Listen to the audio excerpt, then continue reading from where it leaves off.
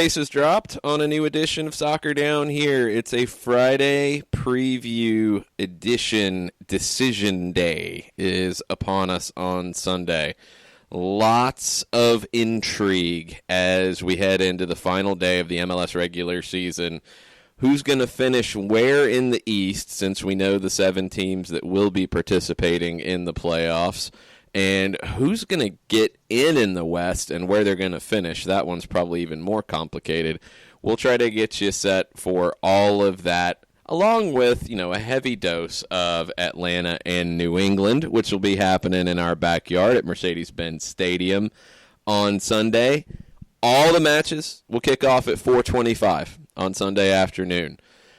It will be chaotic. Things will move and twist and turn, and Atlanta will be in second place and hopefully not fall out of second place, but maybe fall into third at some point and hopefully finish in second place, because I think there's a nice premium in finishing second in the East. Out West, I don't know, just buckle up. Good luck. Just get ready to ride along with the chaos. We're going to get you set for all of the matches here in just a second on the show with our not juice box purveyors, since that joke's not funny anymore. That's what we were told, so we're going to try to roll with it. It's October, it's Halloween candy time, and we're going to use Halloween candy in place of juice boxes, and this could just get completely off the rails, but we'll see what happens with it. One bit of SDH news, if you missed our Twitter feed and our Instagram feed yesterday, we got new scarves, y'all. And we'll have them at the tailgate show on Sunday with our friends, The Faction, in the Gulch. We're going to get started around noon. We'll be out there probably until close to 1 o'clock is a safe bet if you want to come get you a scarf. They're $20 each. If you're not able to get down there, you're not going to be able to come by the Brewhouse Cafe on Monday for soccer over there to see us and pick one up. Let us know. Shoot us a message. We'll get you taken care of. I've already got a couple that are going to be shipping out this afternoon. Sweet. A limited run of scarves, and it is officially for the Holding Midfielders Appreciation Society. You must appreciate your holding midfielders. Yes, and Thomas Gwynn says that he assumes that we're giving one to Doug Roberson that's a custom Michael Bradley version.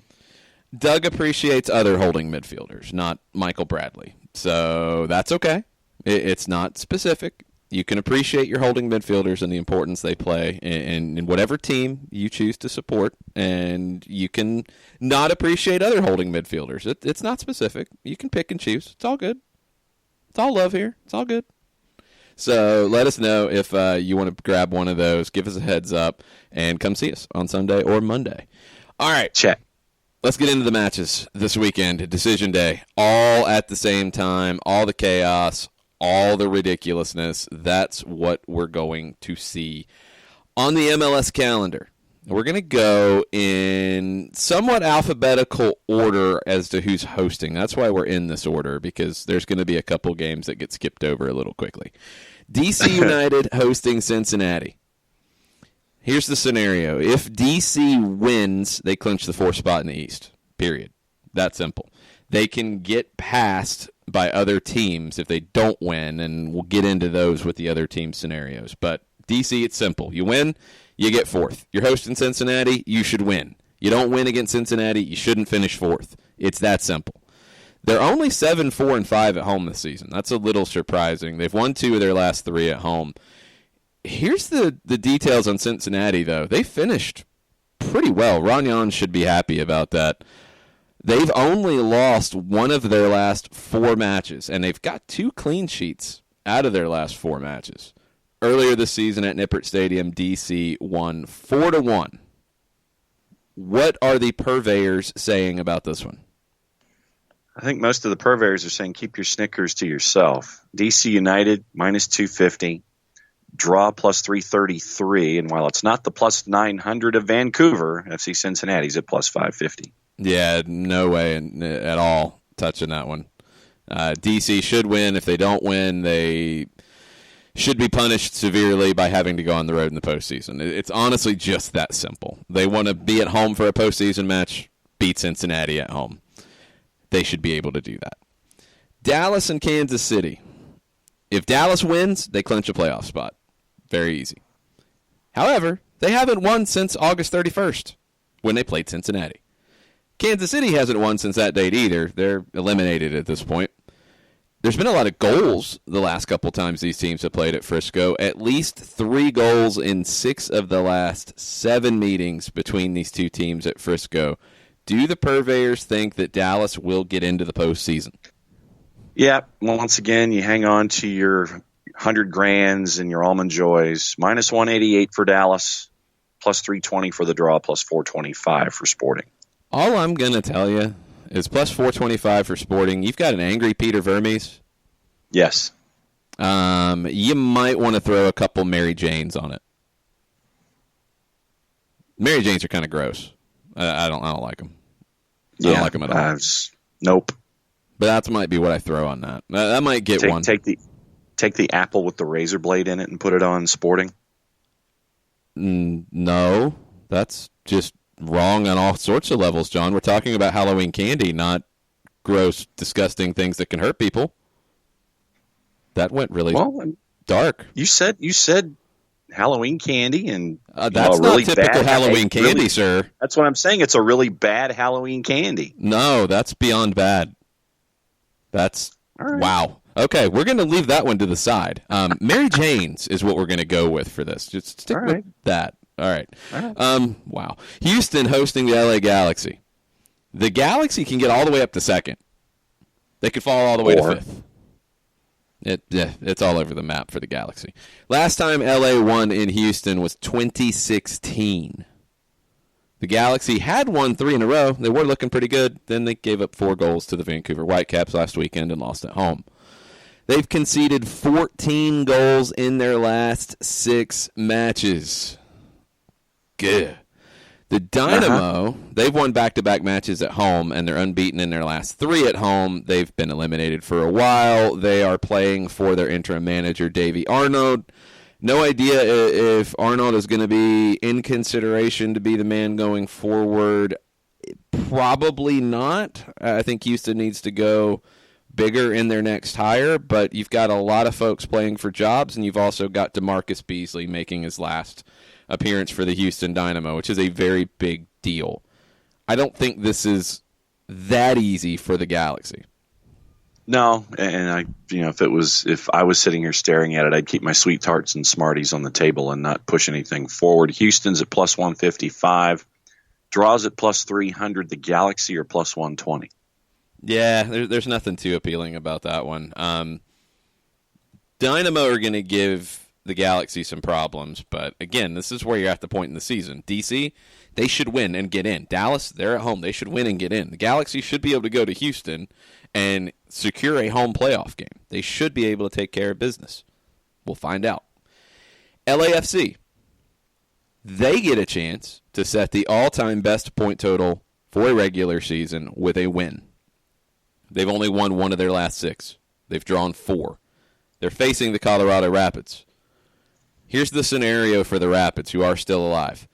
A win combined with a Dallas loss and a San Jose loss or draw, and Colorado would have to win by 2 if it's the draw for the Quakes.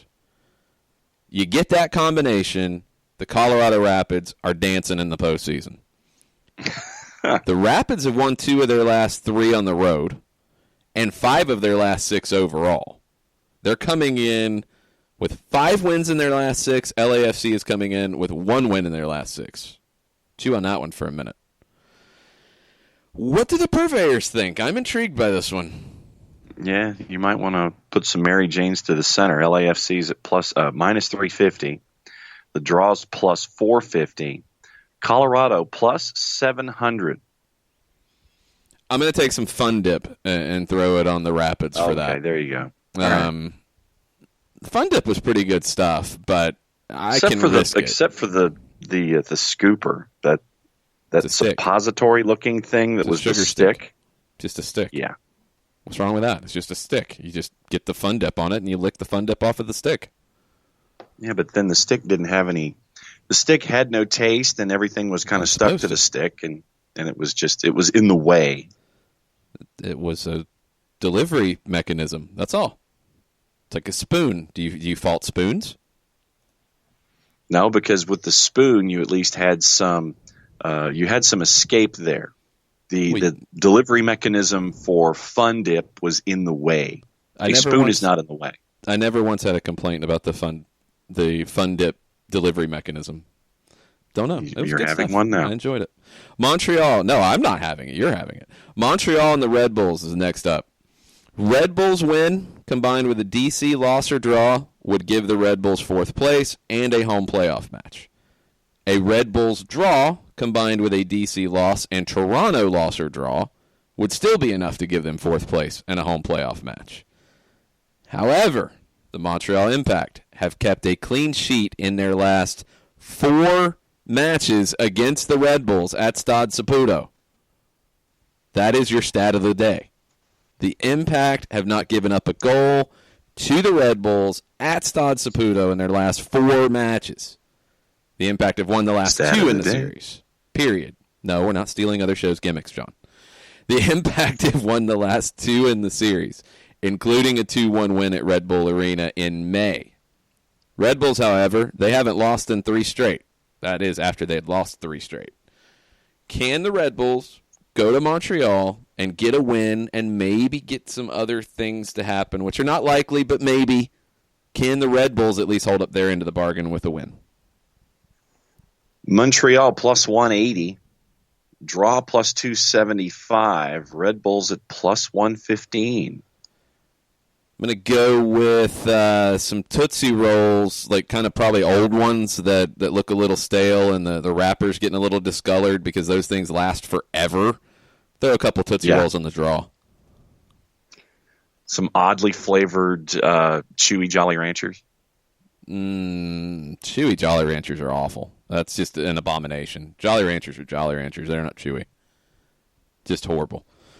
Orlando and Chicago.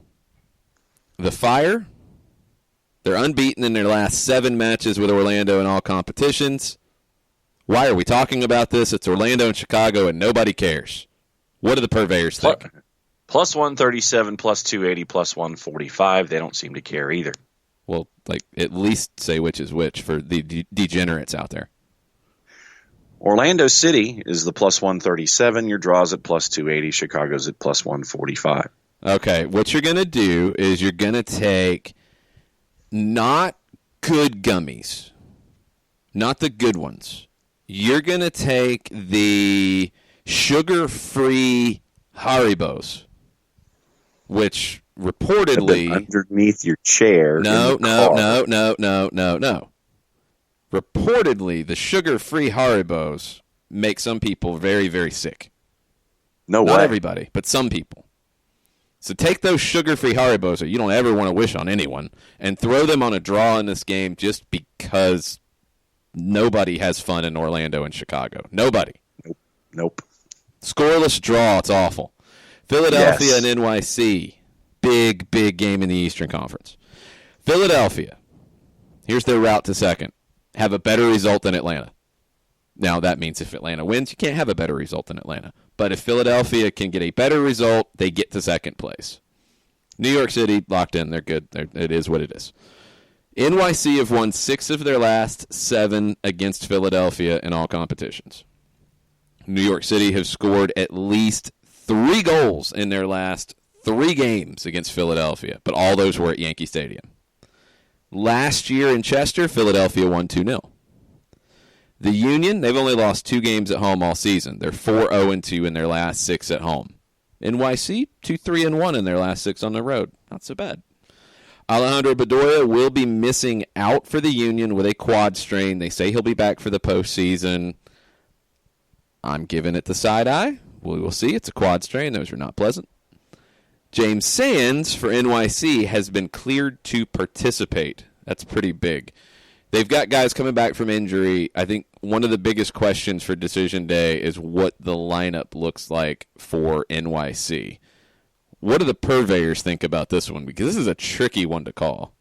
Yeah, and this one might be the different flavored Tootsie Roll than the basic. Philadelphia, minus 143. Draw plus 320. NYCFC plus 275 to win outright. I'm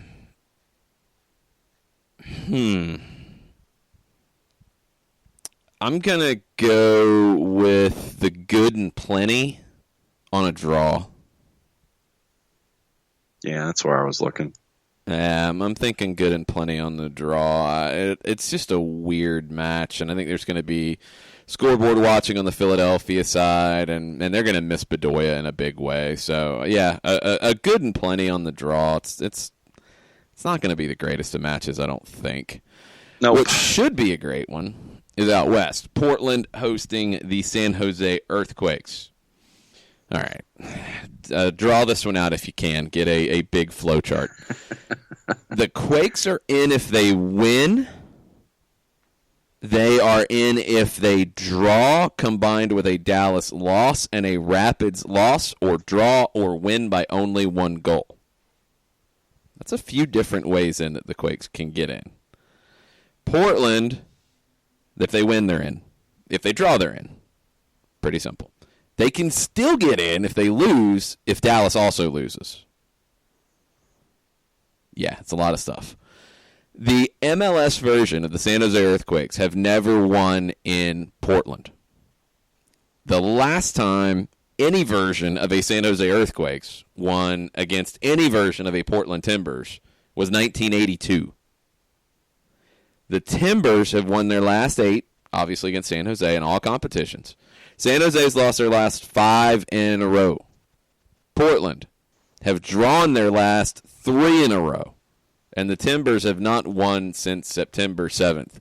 You have 2 teams that are battling it out to get in the postseason. One team thought they would easily be in the postseason. The other one didn't even think anything about a postseason.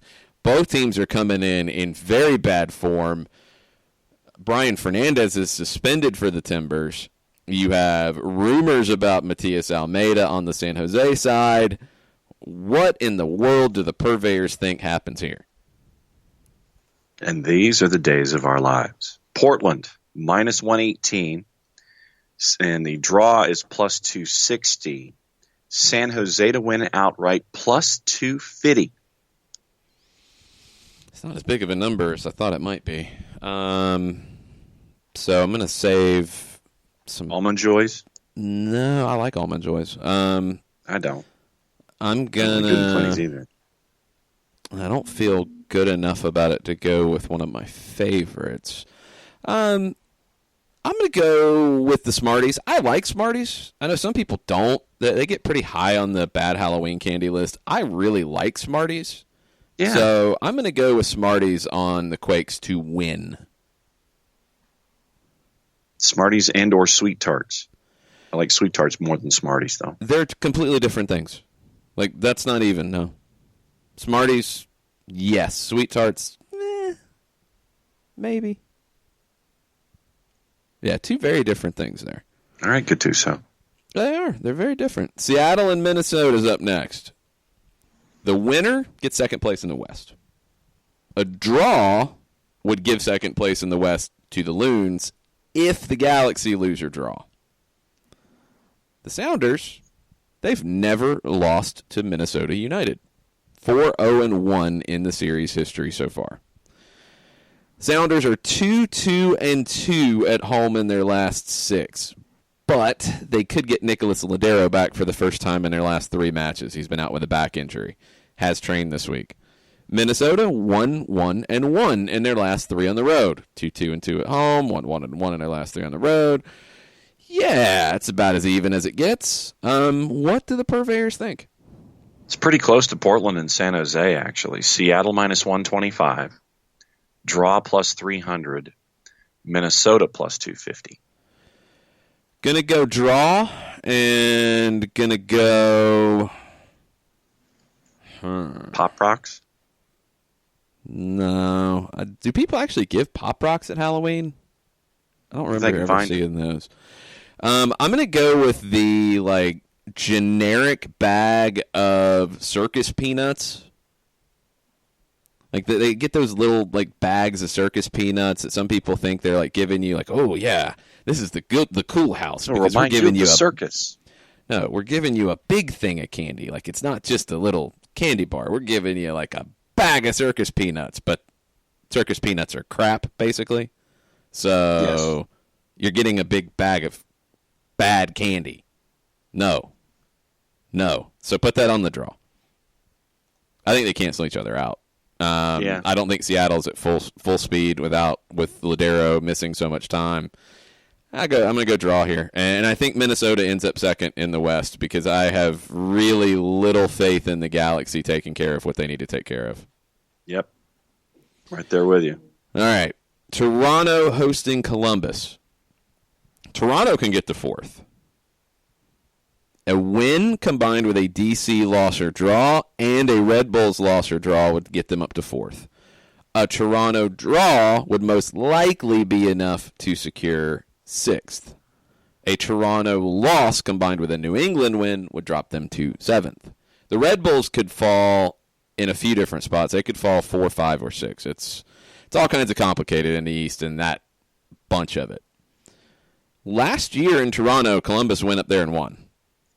But this year, Toronto's 4-1-1 in their last 6 at home. Columbus is 3-1-2 in their last 6 on the road. That's really good for the Crew. Can they go up and ruin Toronto's day?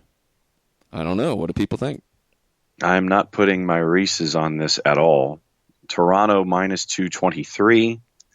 The draw plus 333. Columbus plus 475 to win outright. All right, Necco Wafers go on Columbus. Yeah. The Necco Wafers definitely go on the Crew. I think it's possible, but not likely, but possible. Yeah, and I do not mind sacrificing Necco Wafers for that decision. Oh, yeah, they usually end up in the trash anyway. Vancouver and RSL. A win for RSL would move them up to third place if the Galaxy lose or draw and there's a winner in the Seattle-Minnesota game. A win for RSL would move them up to fourth if there's a draw in the Seattle-Minnesota game and the Galaxy lose or draw. A draw or a loss for RSL doesn't drop them from fifth. So you're at your lowest point you can be if you're RSL going into the day in fifth. If you win, you can move up. If you lose or draw, you're not going to move down. That makes it look like RSL can just bomb for this and go for it and have some fun. The Couch Ultras could be very entertained at BC Place. Vancouver's unbeaten in their last 3. They're coming off their big 4-3 win in Carson over the Galaxy, which is one of the most inexplicable results of the season. Vancouver has 2 wins in their last 4 at home. RSL not really good on the road, 1-3-2 on the road in their last 6. Also, and this is the secondary stat of the day, the Whitecaps have won their last 6 matches against RSL at BC Place. That's a lot. Do they do it again? Do the Whitecaps finish strong? Well, this is going to be an interesting candy choice. Vancouver to win outright, plus 220. No love. Draw for the plus Whitecaps. 260. Nope. Draws at plus 260. RSL to win is even money, plus 100. Yeah, not touching it. Not even nothing. Not throwing anything on it because, I mean, Vancouver's just completely unpredictable at this point. And RSL, I don't believe in them to get the win here enough. I don't think they do it. I think it's a fun game. I think if you are absolutely neutral, this is the one that could have the most goals in it because neither team has anything to lose. RSL More fun than Portland, San Jose? For just a complete neutral perspective, yeah. I mean, Portland, San Jose is going to be cagey. They're going to be kicking each other all over the park. They're going to be fighting all the time. I'm talking about like fun in terms of goals. Like this one, there's no reason to defend. I mean, Vancouver's not playing for anything. RSL doesn't get hurt at all if they lose or draw. Go for it. Over-under at 2.5. The over is at minus 188. Both teams to score a yes is minus 225. Yeah, none of it's any good. I'm gonna keep the rest of my good candy for another time. But yeah, there's some bad Halloween candy for you on the picks. Give us your takes about our bad Halloween candy. Let us know. Jarrett's all over us, by the way. Yeah, I figured. We'll get into that later on. Actually, no, we got a couple minutes before Doug Roberson joins us. Thomas Jewin's yelling at me. He likes the Jolly Rancher gummies, the bites, especially the sour ones. I'm a traditionalist when it comes to Jolly Ranchers. I like regular Jolly Ranchers. That's it. Jarrett likes Necco wafers, so he's just, y'all heathens gonna catch a sling and a stone on the field of Armageddon for our Necco wafers take. Jarrett does disagree with you on the Fun Dip stick. It's just a stick. I agree with that. You can have them. It's a stick. Now, the stick doesn't help. The stick has nothing to do with the Fun Dip. It's just there. It gets in the way. I'd rather use my finger. How are you eating the Fun Dip is the question. If the stick gets in the way, it's just getting the Fun Dip to your finger. mouth. All right, you're gross. I would rather use my You're gross. finger. You're gross. Also, I did not know this. Jarrett mentions the combination Jolly Rancher that's hard on the outside and soft on the inside. Now, I don't know that one. I don't either. I don't like the gummy Jolly Ranchers. Tried them, didn't like them. Yeah. The combo, maybe. I'll give it a shot. I'll take a step back on the Jolly Rancher side. I really like Jolly Ranchers, but I do too. I don't know about this combination one. Daniel Price gets the rim shot of the morning. What does he get? Mary Jane's. I thought we were talking about candy. It's a broken drum set. All right. We're going to take a quick break. We're going to get Doug Roberson on the line and talk about Atlanta and New England from the Bins. Doug is on hand at the Children's Healthcare of Atlanta Training Ground. He'll be speaking to players and Frank DeBoer here in just a bit, so he joins us a little early to get ready for the action on Sunday from the Bins. Hang out with us. We'll be right back after this. Looking for future leaders we can trust and believe in? Look no further than the high school student athletes right here in Georgia. High school sports teach young people how to be effective leaders. It begins by making their grades and being on time for practice. It includes learning to listen, following directions, accepting responsibility, being a good role model. And it's about respect for officials, opponents, the rules, and each other. The result? It transcends sports. It gives us hope for the future. High school sports. There's so much more than just a game. This message presented by the Georgia High School Association and the Georgia Athletic Directors Association.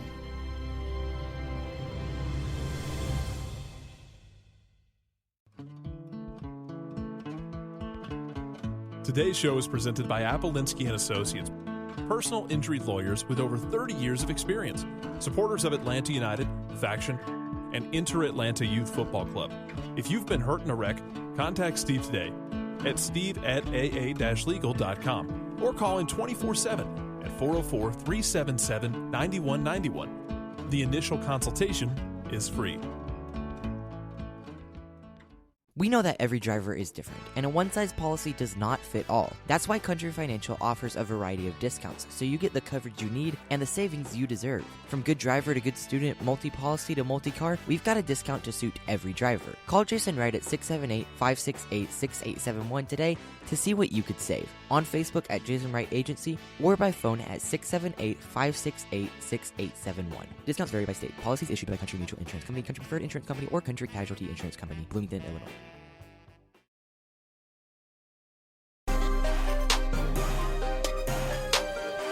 Welcome back. Soccer Down here, October 4th edition. Getting ready for Atlanta and New England and the rest of Decision Day madness around Major League Soccer. To help us get ready for all of it, mostly the home match, though, Doug Roberson, AJC. What's up? How are y'all? Good. How about you? I'm good. What is your most hated Halloween candy? There you go. hated Halloween candy. The worst Yeah. one. Yeah, the one that when it was in the bag or that you went to go looking for Halloween candy, it was the one on the shelf, and you're sitting there going, man, I can't believe I have to give this out. Anything tart that doesn't have chocolate. Good call. I Like want the Sour Patch Kids or something, I guess. Oh, yeah. Yeah, those are gross.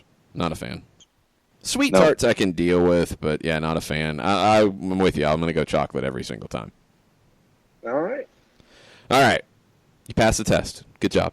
Let's get into Atlanta and New England and what this game could look like. What were your main takeaways from maybe a little bit of the approach against Montreal? It felt very different than the match against NYC. Well, I mean, there was a lot more energy than the match against NYCFC, so that was the huge thing. Atlanta United played with more determination and, didn't give up that first goal, which seems to be a gigantic mental hurdle for this squad to overcome. So that was good. They missed on a few chances, notably Brandon Vasquez's miss from close range after the dummy by Emerson Hyndman. So that's a little concerning, but at least they were in position to score. And then, of course, giving up that late goal to get to which resulted in the draw is a bit worrisome because it's just something that another hurdle, much like giving up the first goal, this team can't seem to stop doing. So that's a little bit worrisome. Then you look at, and since you were discussing defense, let me put two other names out there, Doug, and what you thought of their impact, Jeff Lorenowitz and Michael Parkhurst. And when Jason and I were discussing it earlier in the week, the word that came across in my head as I was watching the match was calmer. It just seemed that it was more calmer and controlled with Parky and Jeff out there than we've seen in recent form. Yeah, I mean, I guess that's true. Part of it was helped by, Montreal's offense is not particularly great. It's only scored 44 goals or 43 going into that game, which is third fewest, I think, fourth fewest in the MLS East. Piatti is fantastic, but he's not going to threaten you with pace. Kirkic is more clever than fast. So I think calm is accurate, but I think it's more of a reflection of just nobody up the middle was gonna you're gonna have to worry about running away from Jeff or Parkhurst. What do you think the approach is in terms of that balance between what we saw before the international break, before the Gold Cup, where the team was winning in a big streak but not scoring a ton of goals but racking up clean sheets, versus what we saw after the break when the team was winning, scoring a lot of goals but conceding more and more? How do you think they find that balance to find the best of both worlds for the postseason?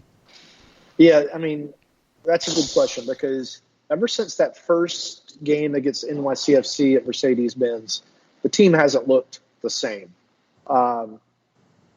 They went into that break, came out, knowing if we went out, we being Atlanta United, we could finish in first in the East. And instead, they just dropped points left and right. And a lot of it was just because of mental lapses on defense again, which was kind of part of the problem at the beginning of the season. I don't know how they find it again. They're going into another, in effect, a 2-week break. Maybe they can use that rest to kind of refocus and figure out what was working for them during that stretch, what worked for them during the playoffs, and find it again. Because right now, you want to say this team is good enough to win the MLS Cup because they are, but at the same time, I don't think they're playing well enough to win the MLS Cup. So then let me present something along that line. If you have this break, but we've seen, especially in that big run of form where you had a lot of wins, that a team that plays in rhythm like Atlanta United seem to find their space. You're kind of in that catch-22, it seems, where, okay, you need the break to get everybody healthy and get everything the way that you're looking for to line up things for the playoffs. But you have a team that played well in rhythm and had that those run of full points things. So you seem to be kind of almost caught between two ideas here as you're heading into the postseason almost. Yeah. I think that if the team can finish in second, which will definitely happen if they can beat New England on Sunday, getting those first two games at home would be two important steps in finding a rhythm and getting confidence back compared to having to go on the road. So I think that'll be key. The team is healthy. It's only going to lose a couple of players for the international break, so they'll get to stay together and practice together as a unit for the most part leading into the first round playoff game. And I think that'll be important to getting the confidence back and finding a rhythm too. What are your thoughts about New England and the transformation that they have went through this season, going from really just awful at the end of the Brad Friedel run, losing back-to-back matches 5-0, to now being in the postseason and being a team that is difficult to beat? Yeah, they're difficult to beat, but they don't win a lot. I know that sounds odd. I mean, they have one win in their past 6 and like 2 in their past 11. I think. So it's not like they're storming into the playoffs on a high note.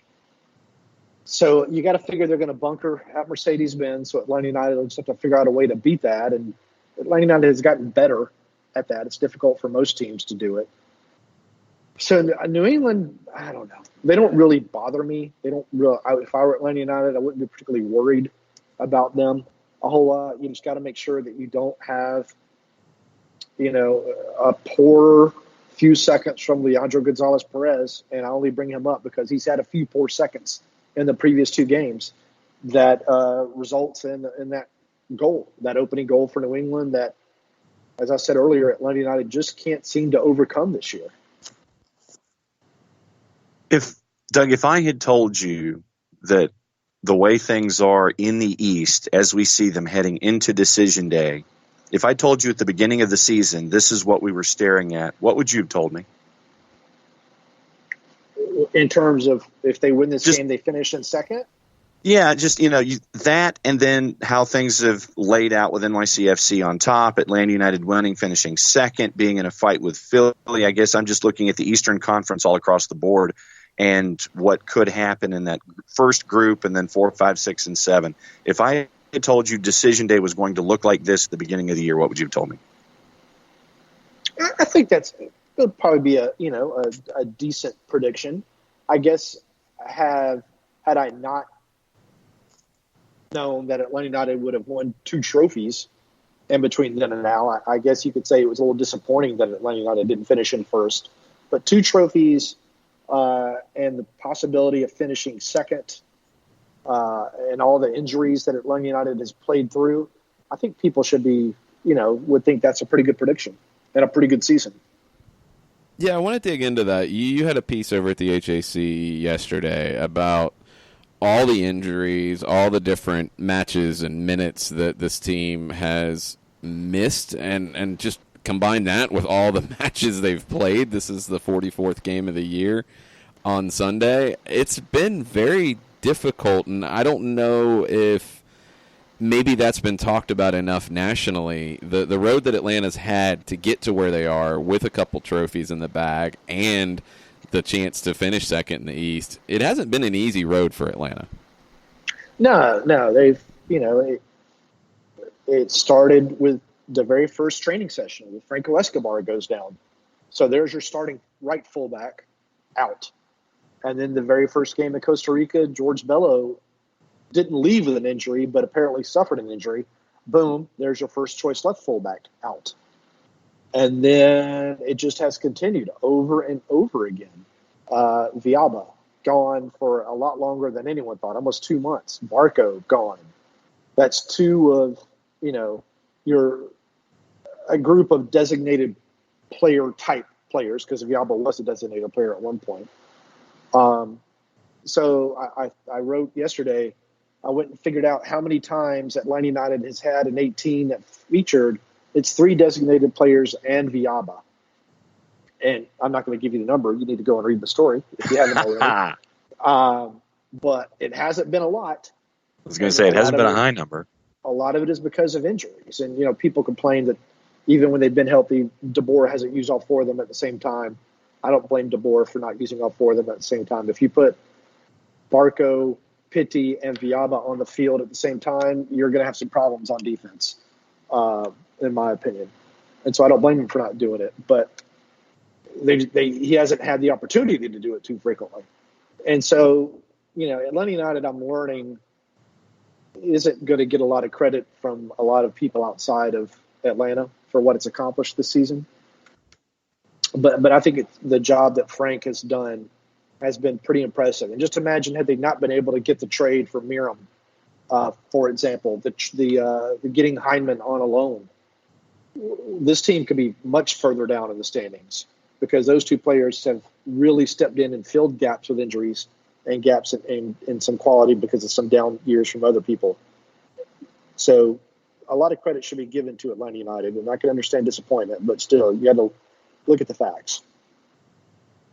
So then when you look at the coaching staff and what Frank DeBoer and the staff have done this year, how would you grade them out for what they've done, considering all the injuries and all of the juggling that they've had to do?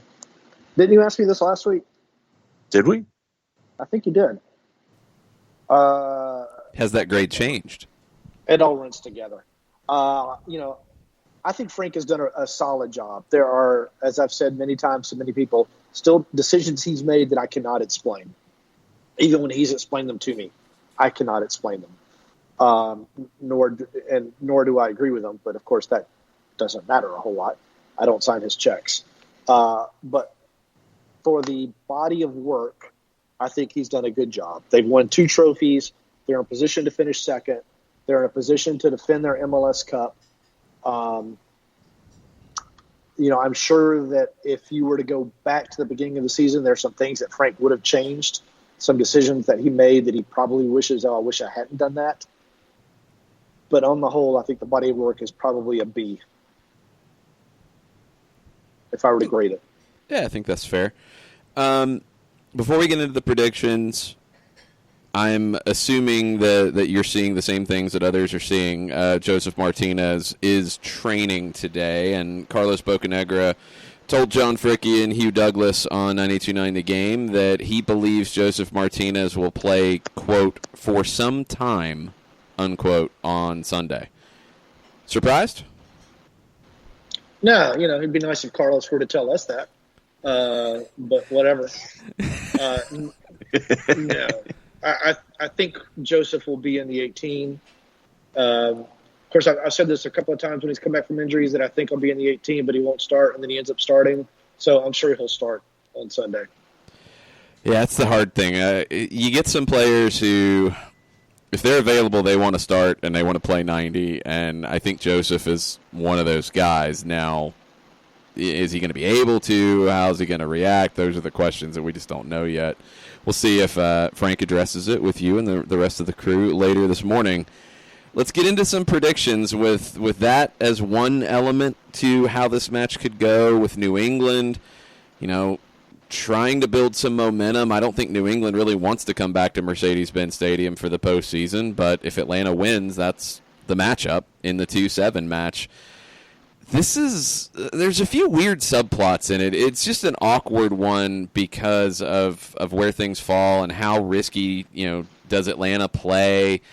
Do you rest guys, or you're going to have the international break? Do you try to build momentum? It feels like the great unknown with this decision day, and Atlanta's not the only team in it. This match isn't the only one that has a bunch of questions, but it's a hard one to predict with all the different subplots.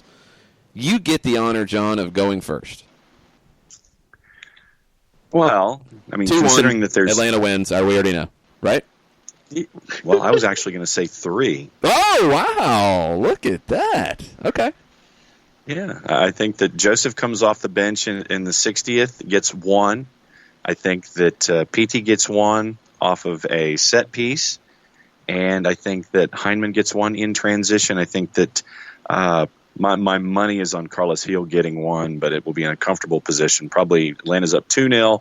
It gets 2-1, but it's a comfortable 3-1 for Atlanta United. Since there is nothing at play here, I figure I just may as well go ahead and go as far away from the Velvet Driving Slipper Lock of the Week as possible, which I know that Doug is going to go for. So since there's nothing to play for, John might have actually given you a real prediction. Maybe. Yeah, something like that. Crazy, logical things going on. Doug, what do you think? Well, I have slipped on my black velvet driving slippers. Oh, there it is. I have gotten my responses after I've asked people in Ukraine to help me out with my prediction. Oh, be careful with that. I had to throw that in just because I thought it was funny. But I'm the only one laughing. But I still think it's funny. Sorry, smiling doesn't translate to radio. Yeah, I think Atlanta United wins. Say it. I'm going to say 3-2. A hat trick from Joseph. Because why not? Okay. Wow, both of y'all went in directions. He's that I already did won the not trophy. What does expect. he have to lose?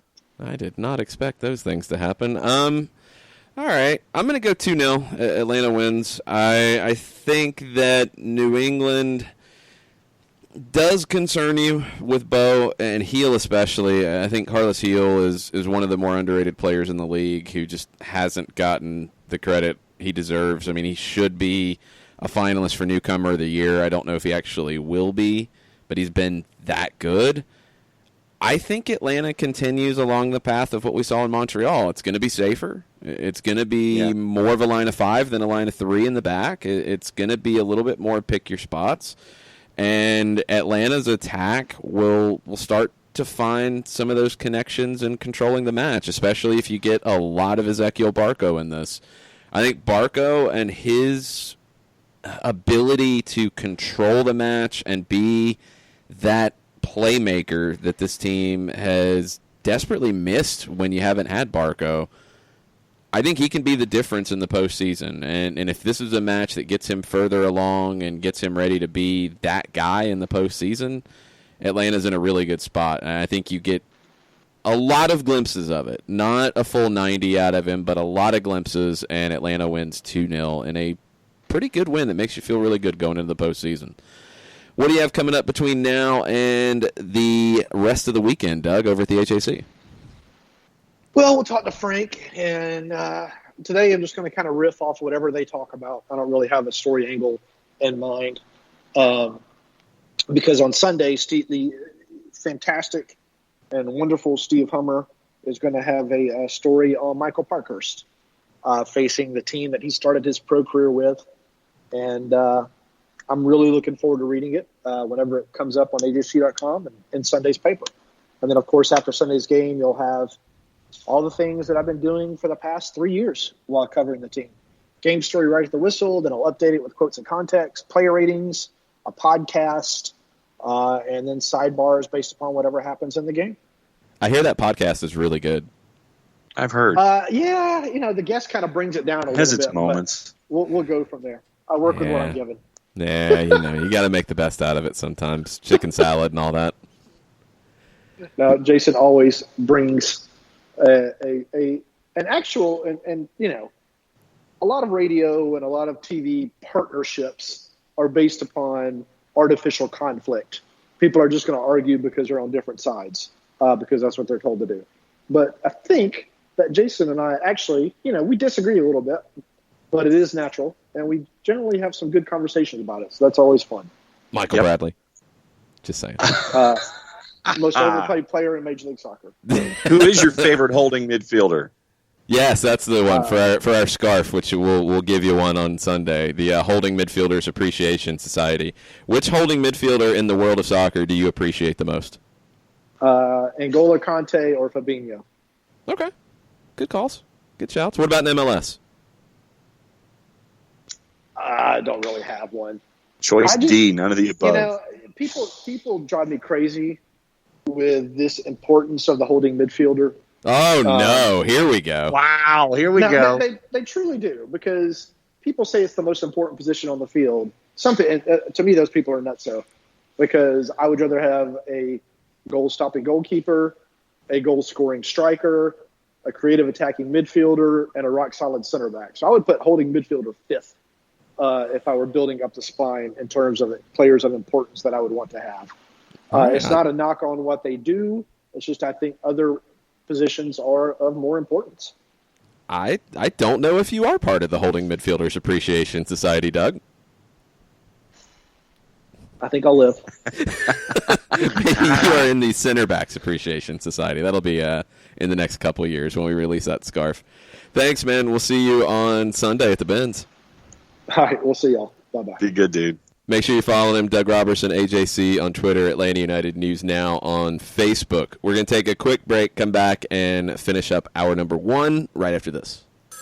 A ranger station. I'd like to report a bear hug. Okay. I put out my campfire and Smokey Bear hugged me. So you drowned the fire, you stirred it, drowned it again, and felt that it was cold? Uh-huh. Yeah, he's just letting you know you did good. Bear hug from Smokey Bear. Status update. I'm gonna let you go now. There are many ways to start a fire, but one sure way to put it out. Learn how you can do your part at SmokeyBear.com. Sponsored by the U.S. Forest Service, Ad Council, and your state forester. As a business owner, you know that every year brings new challenges and opportunities. The success of your business demands expertise and focus. And Country Financial can help you keep that focus by helping ensure you have the right insurance protection in place to meet your goals. Jason Wright can help you create a customized insurance plan that has coverages designed just for your business. Give Jason a call at 678-568-6871 or reach him on Facebook at Jason Wright Agency. Coverages vary by state. Policies issued by Country Mutual Insurance Company, Bloomington, Illinois. This is what matters. This is beyond X's and O's. This is the difference mutual respect makes. This is what character looks like. This is what defines us in Georgia. This is sportsmanship. School sports. It's not the outcome that matters most, but the way the games are played. This message presented by the Georgia High School Association and the Georgia Athletic Directors Association.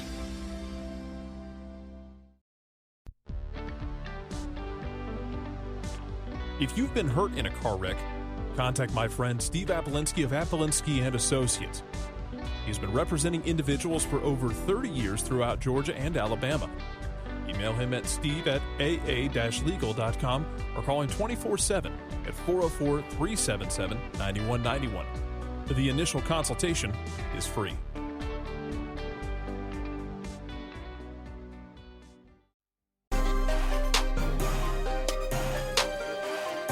Welcome back. Final segment, hour number 1. Soccer Down here, October 4th edition. We have a few tweets. What are people saying, John? Eric Sanders with a question. He says, what's the status of Bello with the first team? I know he's been getting minutes with the twos, but there has been no news in relation to the first team recently. Is there no room for him in the current squad? Frank DeBoer mentioned it, I want to say a week or two ago, in that he's healthy, he's playing, but he will be expected to be anyway. I mean, he has to be named to the squad, but I'd be shocked if he's not.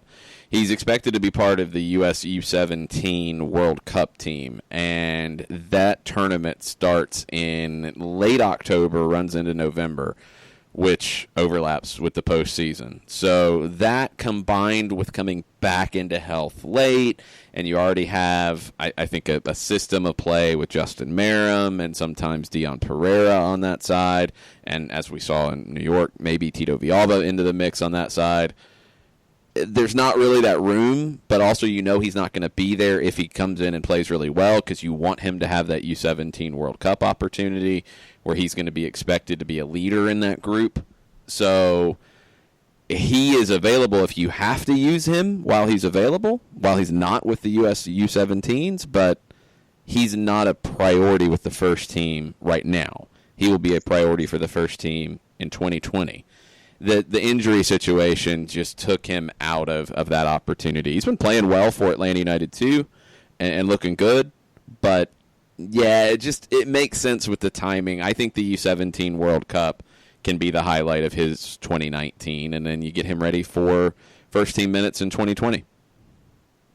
Nathan Pugh, when we were discussing the matchups for the weekend, when we got to Orlando and Chicago, Nathan asks, if Orlando plays a match but nobody in jorts with a mullet cares, did it actually happen? I want to see what the attendance is for this, because it might be a question of did it actually happen.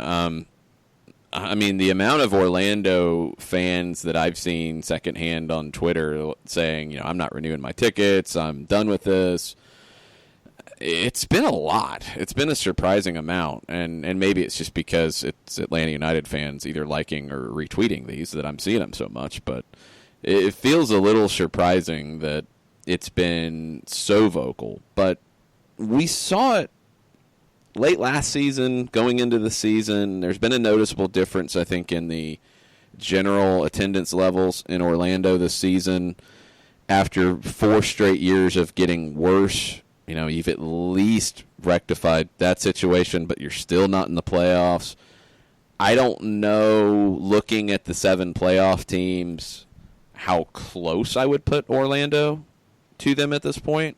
I don't know if I would put them a player away, 2 players away, a coach away. I don't know. I feel like if they had a consistent goal scorer, and Dom Dwyer has just been really poor this season for them. If they had 8 more goals and you take some of the results and flip them because of those 8 goals, you might be talking about a playoff team potentially.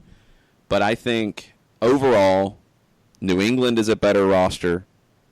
I think overall, Toronto, Red Bulls, DC are better rosters. And in the top 3, I think there's a huge gap. So Orlando's got work to do in the offseason if they're going to get into the playoffs next year. And I think the longer this goes, the more it has the sad potential to look like the Atlanta Thrashers. A team that had a ton of excitement but just never could put together a winning product on a regular basis. And it drains on the fan base. Mm-hmm. And it did. And, I mean, then the difference was it became obvious after the strike year and or the lockout year, and after the getting swept in the postseason and your one appearance time for the Thrashers, that the ownership didn't have an interest in being a top team. That also combined with financial wherewithal. I don't know, beyond, but they didn't care. It didn't look like they were trying to figure out anything. So why are fans going to be motivated? I think right now fans aren't motivated in Orlando, flat out. And have they had some bad luck with signings? Sure, I think that's fair. Dom Dwyer forgetting how to score goals, you can't really expect that. However, you're at a point now where it's 5 years, and everybody else who's come into the league has made the playoffs, and you haven't, and it looks like there's been progress everywhere else. And for you, progress is not being worse than you were last year. That's just not good enough to keep this fan base engaged. We'll see if that changes, because they've got a lot of work to do. We're going to take a break, get Mike Conti on the line, talk about Atlanta and New England with him right after this. Looking for future leaders we can trust and believe in? Look no further than the high school student athletes right here in Georgia. High school sports teach young people how to be effective leaders. It begins by making their grades and being on time for practice. It includes learning to listen, following directions, accepting responsibility, being a good role model. And it's about respect for officials, opponents, the rules, and each other. The result? It transcends sports. It gives us hope for the future. High school sports.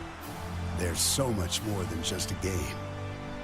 This message presented by the Georgia High School Association and the Georgia Athletic Directors Association.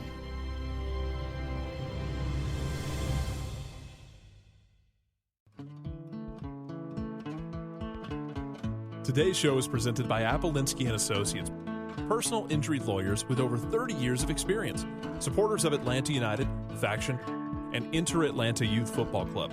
If you've been hurt in a wreck, contact Steve today at steve@aa-legal.com or call in 24/7 at 404-377-9191. The initial consultation is free. We know that every driver is different, and a one-size policy does not fit all. That's why Country Financial offers a variety of discounts, so you get the coverage you need and the savings you deserve. From good driver to good student, multi-policy to multi-car, we've got a discount to suit every driver. Call Jason Wright at 678-568-6871 today to see what you could save. On Facebook at Jason Wright Agency or by phone at 678-568-6871. Discounts vary by state. Policies issued by Country Mutual Insurance Company, Country Preferred Insurance Company, or Country Casualty Insurance Company, Bloomington, Illinois. You're listening to Soccer Down Here daily on SDH Networks, a division of OSG Sports. Find us at Soccer Down Here on Facebook and Twitter. The time is now the top of the hour. Peep, y'all.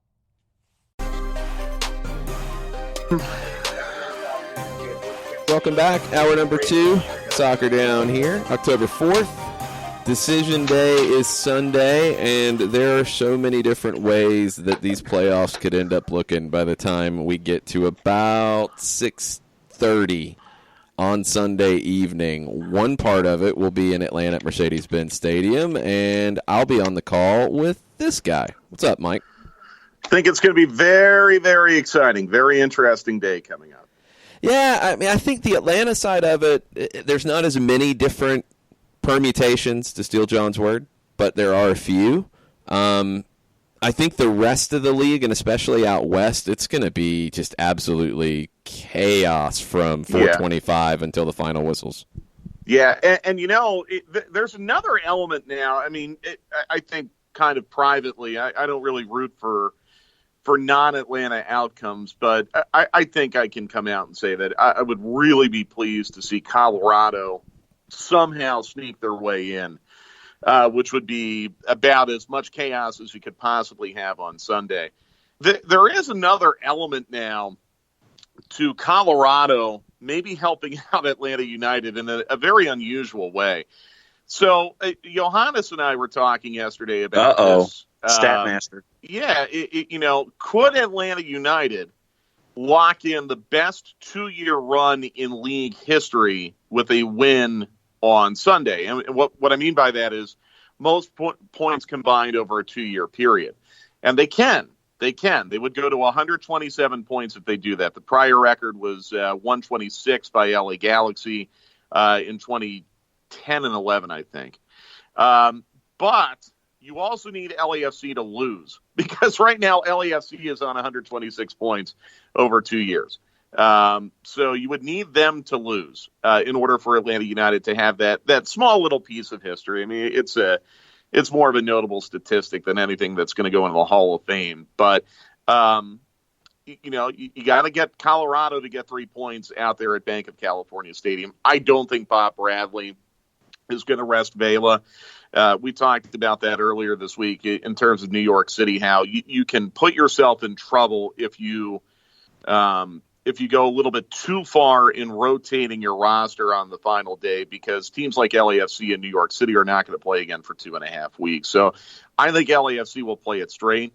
But Colorado's got everything in the world to play for, because their scenario is rather straightforward. If they get a win and just a little bit of help, and the amount of help they need is not unrealistic, they're going to be there. And they could put Atlanta United in position to have the best 2-year run in league history. No matter what, if Atlanta United wins on Sunday, it at least is the most points by a defending champion, and that's something that obviously they can hang their hat on. But I want all the records and all the milestones. I'm a pretty greedy guy.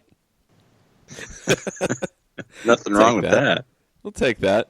Philadelphia and NYC. So this one's a really tricky one to kind of read, because New York City has nothing to play for.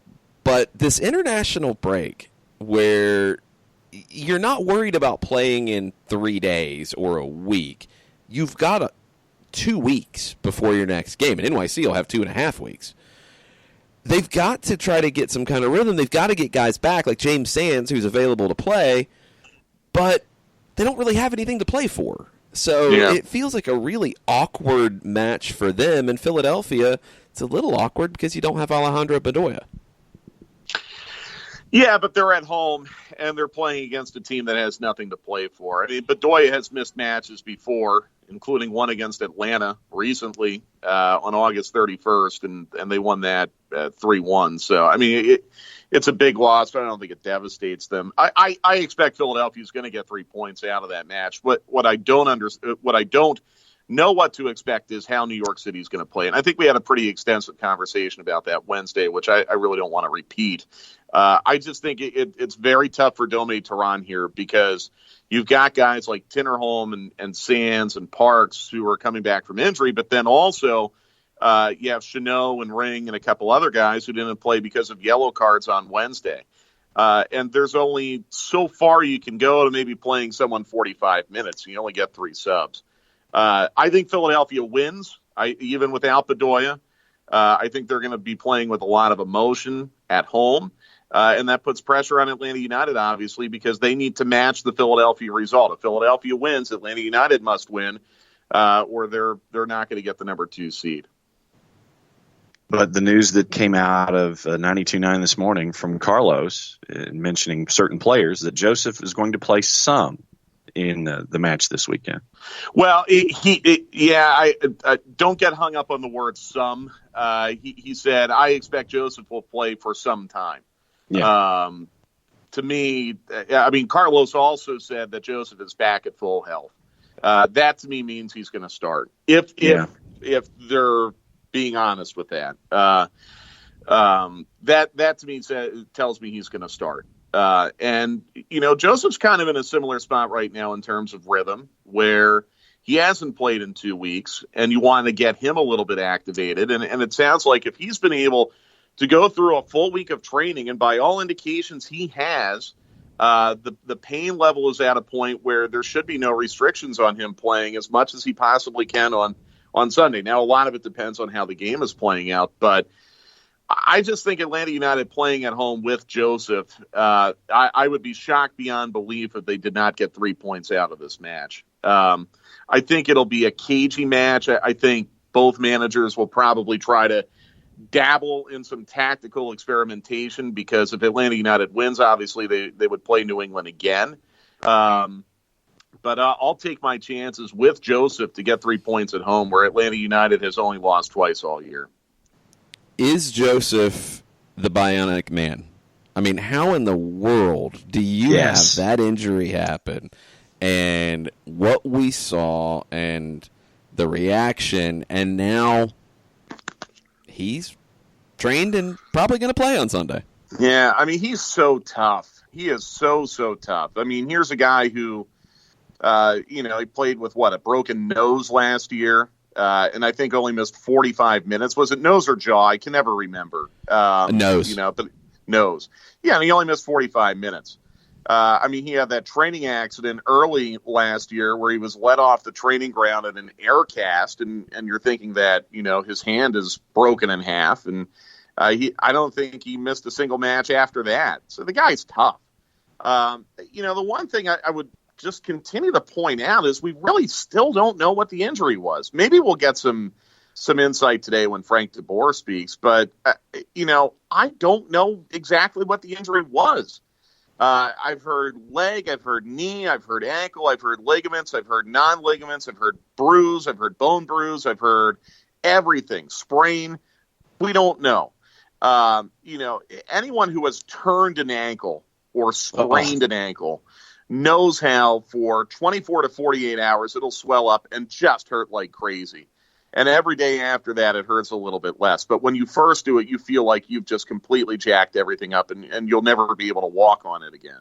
And the body does it. Even my 38-year-old out of shape body will still do amazing things to get you healthy again. So, yes, I mean, Joseph obviously is tough and might be the bionic man. But I think until we actually know what the actual injury was, it's a little bit hard for me to speculate. Frank has started speaking to the media, and Doug Roberson just tweeted out that Martinez will decide if he starts, according to Frank DeBoer.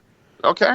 Yeah. That's kind of where my head was. Like, he's a guy who I don't think, you're going to push him one way or the other. If he's ready to go, he's obviously first on the team sheet. So if he's ready to go, he's going to go.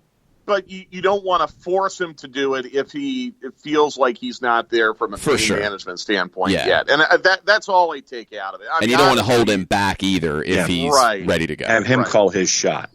Yeah, I mean, if I'm reading between the lines there with what Frank just said, he's starting. Come on. I mean, if Joseph has trained all week and they're going to leave it up to him, I mean, that's the right thing to do. Let the player decide. You don't want to play a player against his will. It's not varsity blues. But you know, I don't want your life. Exactly. I don't. I read that as Joseph's going to start, and if Joseph's going to start, then I think he is of the expectation that he can give you 90 if necessary. If it's anything less than 60, I don't think Joseph starts, and I don't think Joseph would put himself in the position to start. So, if he has trained all week, that means he's been running all week. Again, I'll go back to what Carlos said on 92.9 The Game this morning, that he is at full health. I think Joseph's playing and is going to play a good bit on Sunday, and that's excellent news. Excellent news, because 2 weeks ago tomorrow, I think we were all leaving that building really, really concerned about whether or not we'd ever see Joseph again. Speaking of players and coming into this match, there's one guy that I wanted to focus on, Mike and Jason, with both of you, and it's Michael Parkhurst. And when Atlanta United put out on social media the promo for the match itself, you saw Cap there front and center as the representation for the player.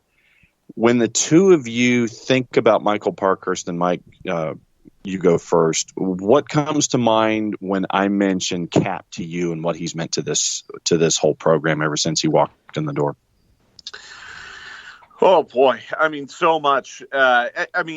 It's funny how we forget that last year Michael Parkhurst was a Defender of the Year finalist in this league and an All-Star, and was just outside the best 11.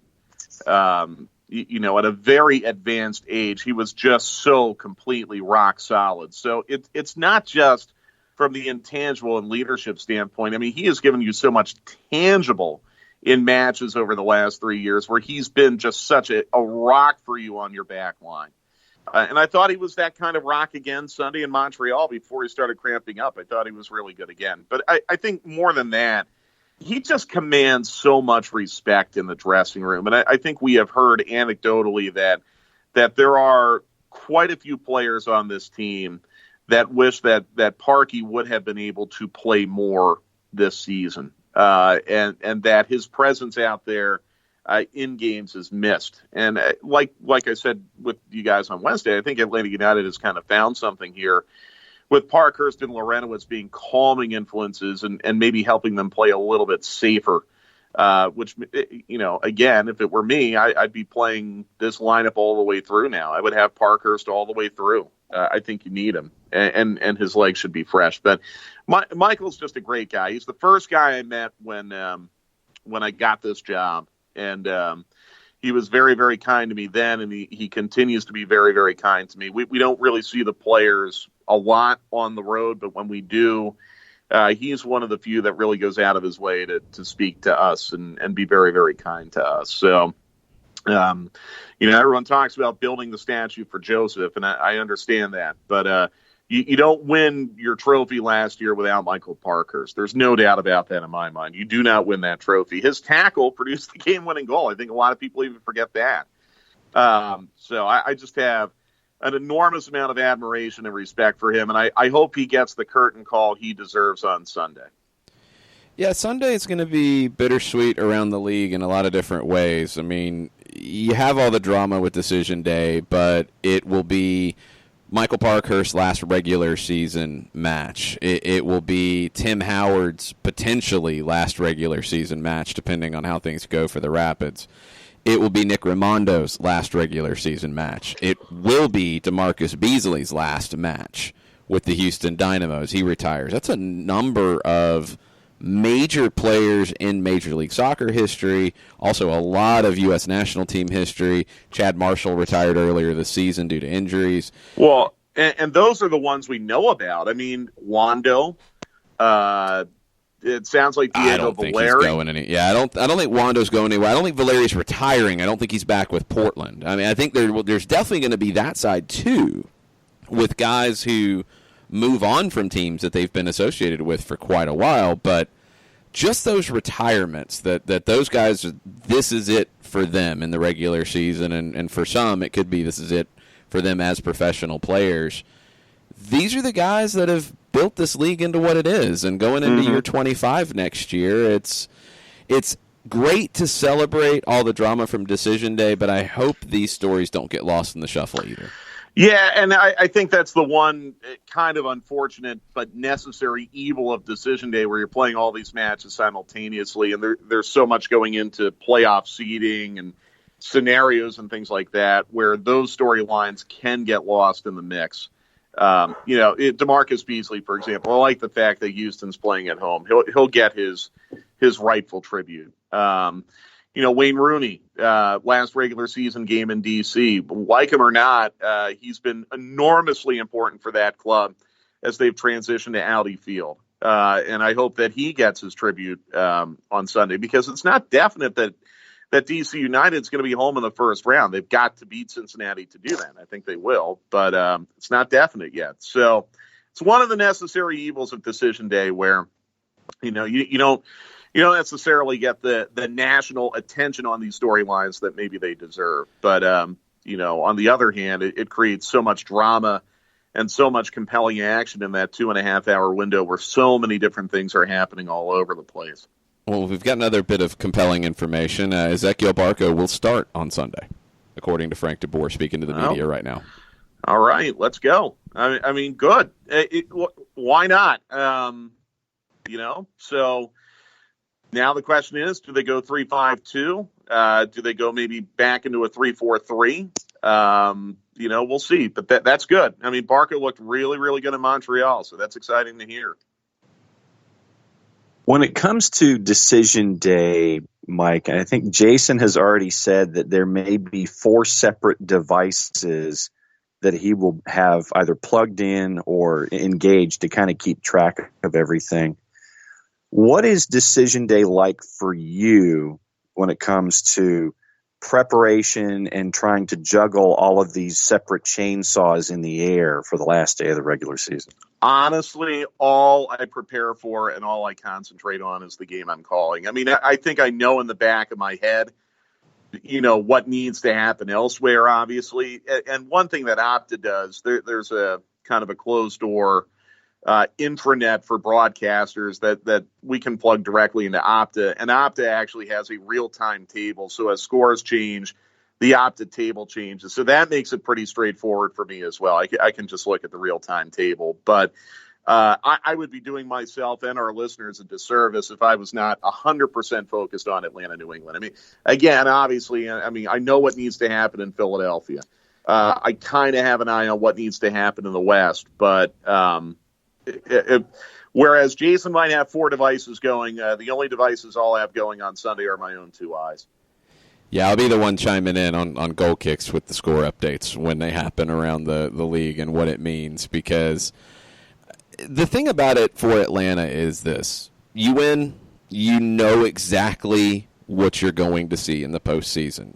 You're going to see New England. It's that simple. You don't have to scoreboard watch. Now, if you're not winning, then things get a little trickier on a lot of different fronts, who the opponent can be and where you finish. That's what makes this a little awkward for Atlanta as well, because it's not must-win in the sense of getting in. It's not must-win to win the East, but it's must-win to control as much as you can control. And getting your head around that and getting up for that isn't exactly as easy as you win and you win the East, for example. Yeah, but the number 2 seed's a pretty good prize. I think it's huge. And a very important prize because, the potential to have a second-round home game. So I look at it as I actually kind of disagree with you a little bit, Jason. I look at it as the same build-up to last year on Decision Day, where you've got to win. Anything less than a win takes the control out of your own hands. I just think there's slightly less pressure. There's a little bit more pressure when you're going for the Shield as opposed to the number 2 seed, but I think there still is pressure. It feels very similar to me to this time last year. The difference is you're at home, and you're playing an opponent that you haven't lost to ever. So now granted, I guess they had not lost to Toronto ever going into that match last year. They had never beaten them either. But it feels very similar to me as it did last year. Just the amount of pressure is slightly reduced, but it's a very important game. You do not want to be going to Philadelphia in round 2. You don't want that. If you're in that situation, you're going to have a really, really hard time getting to the Eastern Conference final unless you get some help. Whereas if you're home against Philadelphia, you're in a much, much better position. Where I'm coming at it from, it's not so much that it shouldn't be an important game. I think last year it was obvious. Last year, you win the Supporters' Shield, you win your first trophy in club history. It's a little more tangible. It's easy. This one, it is placement in the playoffs. It is controlling, get that second seed. It also feels like one that you can slack off on. And we didn't think there'd be a slack off last year, but there was, obviously. And whether it was the pressure that became too big or just you got tight or whatever, you saw that. That's what gives me a little bit of pause, just that this is a little bit trickier than the situation last year, which turned into a tricky situation. Yeah, the only counter I would have to – I know where you're going with that, Jason, and you're right. The only counter to that is you were playing without your most valuable player on decision day last year. Yeah. And it sounds like based on everything that we're being told out of training today and what Carlos said, it's not going to be the same this year. In fact, this might be – in fact, it is. This is the healthiest you're going to be all year, ironically, going into this last match where it was – really a complete opposite going into Toronto without Almiron and with an out-of-rhythm Barco trying to fill that gap and not being able to do so. And then you can see the early goal and your heads are down and it just avalanches from there. To me, I think Atlanta United is much better positioned coming into this match on Sunday. But what's different is I think Atlanta United is a little more in need of a win on this decision day this year compared to last from this standpoint. Forget the Shield and all the things that were on the line. Atlanta United was still playing very well in the month of October going into the playoffs last year prior to that Toronto match. Atlanta United is, 2-1. They were 2-1 in September. Including a really ugly, weird home loss to Columbus. The New York City one you flush. I'm not saying I know we had a debate on Wednesday as to whether or not Atlanta United is wobbly, but they've played better than their current form has been, or their current form is. I think you need a little bit of momentum going into the postseason. I really do. Completely. And this is a way to get it. Where if you go out and you put up a crooked number on New England and clean sheet them and end the year on 58 points, second in the East, I think that gives you a really good push going into the playoffs. Whereas if you struggle in this match Sunday and don't get 3 points or don't even get a result, I think it gives New England a lot of confidence should they rematch in the second round, which is possible in the first round, which is possible. If Philadelphia loses and some other things happen, it is still possible for Atlanta United to not win and play New England again. I think you want to put some momentum in your bank account here. And this is a way to do it. And that's why I think there is really very little room for Atlanta United to have that slack off, that letdown, especially with this group, with this lineup. If it's going to be Barco, Joseph Pitti, especially with that group playing together, I think you want to see some cohesion and some comfort because these three have not played together a whole lot this year. No, that's the key for me, is that it's not an easy situation, and that's been the question, I think, around the league over this past month. I mean, Atlanta, you said it, the record is average, maybe the form's been a little bit above average, but the record has been average. LAFC, the record has been pretty average. 1 win in 6, but only 1 loss in 6. Nobody's really tearing it up outside of the Colorado Rapids lately, and that's why they've got a shot to get in. It goes back to the competitive nature of MLS and how at this point in the season it feels like you have some separation, between the elite and the next tier, but you've also had some consolidation between both of those levels and the teams within the levels, and it's why I'm feeling like it's the most wide-open postseason we've ever seen in this league, where there's a number of teams who can win, even with the great LAFC season, even with Atlanta, who's battle-tested defending champs and with trophies already in the case. You've got a number of teams who can claim that they can look in the mirror and say, we can win MLS Cup. We truly feel that way going into the postseason, more than ever before. It really is remarkable, Jason, as I look at the WhoScored.com table. The only team in MLS that has won more than 3 of their last 6 matches is Colorado. Mm-hmm. 5 of their last 6. 5 won their last 6. No one else in this league has won more than 3 of their last 6 matches. So, I mean, if you're looking at teams that are in quote-unquote the best form, New York City, 3-1-2. Philadelphia, 3-2-1. Toronto, 2-0-3. New England, 1-1-4. It's like a lot of draws. LAFC, as we know, 1-1-4. Minnesota, 3-1-2. Seattle, 3-2-1. Like it's a lot of losses. It's a lot of draws. It's a lot of teams kind of backsliding into the playoffs. Quite frankly, I mean, if Portland gets in, they're 0-2-3 in their last 5 if they get in. Dallas 0-2-2 if they get in their last 4. Philly 1-1-2 in their last 4. I mean, that's not great. So I like what you're saying, Jason. I mean, I think the door is wide open for a lot of teams right now. But this goes back to the value of getting that number 2 seed. And I think more importantly than that, getting to 58 points. Because if you get to 58, you're next in line to host the MLS Cup final if LAFC loses. That puts you above Minnesota. That puts you above Seattle.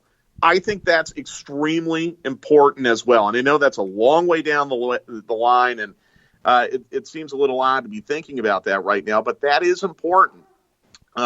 So, let's see where this goes. But it goes to your point, Jason. I mean, if Atlanta United can get in this as the number 2 seed, and we can all put aside our fear of having to play the same team in back-to-back games, I think it just sets up extremely well for Atlanta United.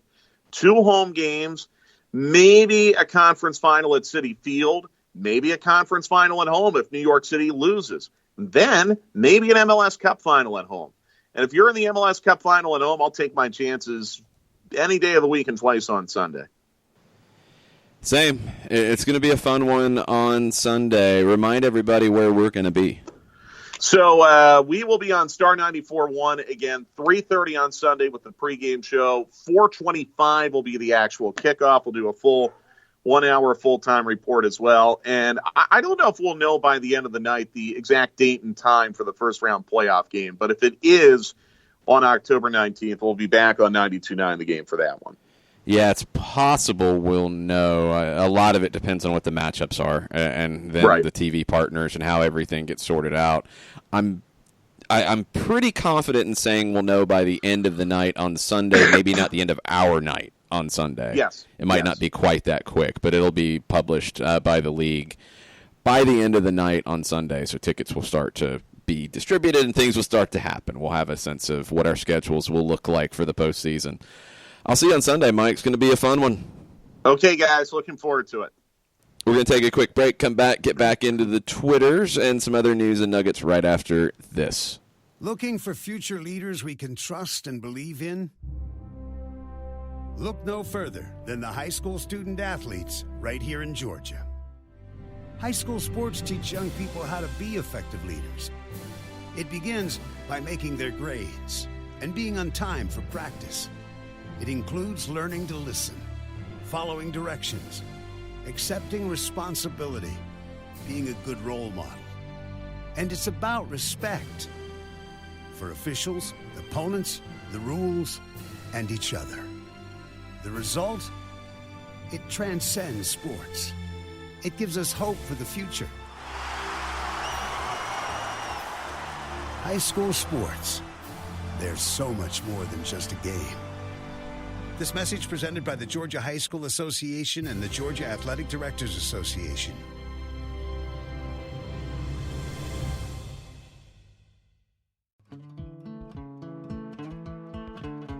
Today's show is presented by Appolinsky & Associates, personal injury lawyers with over 30 years of experience, supporters of Atlanta United, Faction, and Inter-Atlanta Youth Football Club. If you've been hurt in a wreck, contact Steve today at steve@aa-legal.com or call in 24/7 at 404-377-9191. The initial consultation is free. We know that every driver is different, and a one-size policy does not fit all. That's why Country Financial offers a variety of discounts, so you get the coverage you need and the savings you deserve. From good driver to good student, multi-policy to multi-car, we've got a discount to suit every driver. Call Jason Wright at 678-568-6871 today to see what you could save. On Facebook at Jason Wright Agency or by phone at 678-568-6871. Discounts vary by state. Policies issued by Country Mutual Insurance Company, Country Preferred Insurance Company, or Country Casualty Insurance Company, Bloomington, Illinois.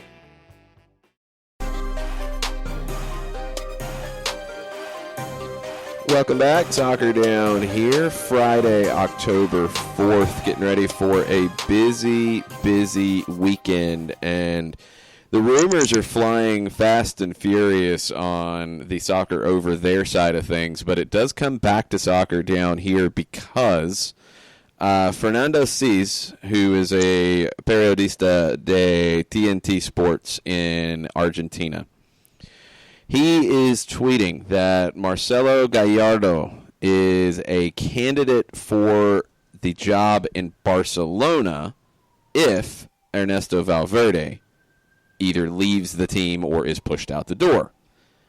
But where Fernando's tweet takes us into a different place than I've seen anywhere else is that Gallardo has also been contacted by Inter Miami about becoming the first coach of David Beckham's side. So, Gallardo has River Plate in the Copa Libertadores semifinals. They had a great result in the first leg over Boca Juniors. In the home leg, won 2-0. They're in the driver's seat going to Boca for that second leg. They are in a decent spot in the league table, but upper middle half, but only, I think, 4 points off Boca's lead at the top. Gallardo has been the Libertadores, dominator here in his time at River. He's got 2 titles and maybe working on a third. But what else is there for him to do when it comes to River Plate? I mean, winning a league title would be one, but you got 2 Libertadores and maybe 3 by the time you leave. It might be time to go test yourself elsewhere. Most people thought that would be Europe. Maybe it's in Miami. And that to me, that's it's interesting. I want to see how that plays out. You have me intrigued now. I mean, it's going to depend on a lot of things. If it's down to Barcelona or Miami, I think what direction that goes. But none of this is guaranteed at this point. And honestly, that's not even guaranteed. I mean, Gallardo might feel like he wants to take the next step in a spot that would be one of the most unique challenges you can have as a manager. And that's something that attracted Tata Martino. That's something that attracted Bob Bradley to come back and build LAFC. You don't get to build a team from scratch, ever. It doesn't happen. So to be able to do that, that's a big appeal. But it sounds like that if Gallardo has the possibility to go to Spain, I would assume that he's going to wait that one out. And he's in no rush, because you're talking about a guy who is in the semis of the Libertadores. Now, the question on the Miami side is, how long do you want to wait? when you go back and think about timelines of managers, so Minnesota brought in Adrian Heath pretty late. It was November of 2016. Tata Martino was hired in September of 2016. Bob Bradley, I don't remember, but I want to say it was in the August-September time frame, a year ahead of their start. It was not a late hire. You go back, Jason Kreis was hired very early by NYC, and he only lasted a year. Adrian Heath came up with the second division, Orlando City, and he got into year 2. But how long would Miami want to wait to see what Gallardo's going to do? I don't think they can afford to even wait through the end of the Libertadores, and I don't know if Gallardo would want to leave River in the middle of the Argentine League season. I don't think it's likely, but it is out there. Bradley was hired late July of 2017. Okay. But yeah, that's the biggest question is how long can you wait? How long can you afford to wait in bringing in whoever you want to have on the touchline? That to me is it's the level of patience and getting everything squared away for you as a team. What is that level? And it's like we got to go, and you got to find somebody who's willing to hop in there. Just the level of patience and how long you're waiting for guys on your list. That's the big thing. Jill Ellis last night became the winningest coach in U.S. women's national team history with their friendly win over South Korea. It was a 2-0 result. Goals from Allie Long in first half stoppage time, Mallory Pugh in the second half. There were a bunch of players who were out injured and not able to participate in the match. Allie Krieger celebrated her 100th cap for the U.S. women, but the story is Ellis with her 106th win. Final match for her will be in Chicago on Sunday as they play South Korea again at Soldier Field.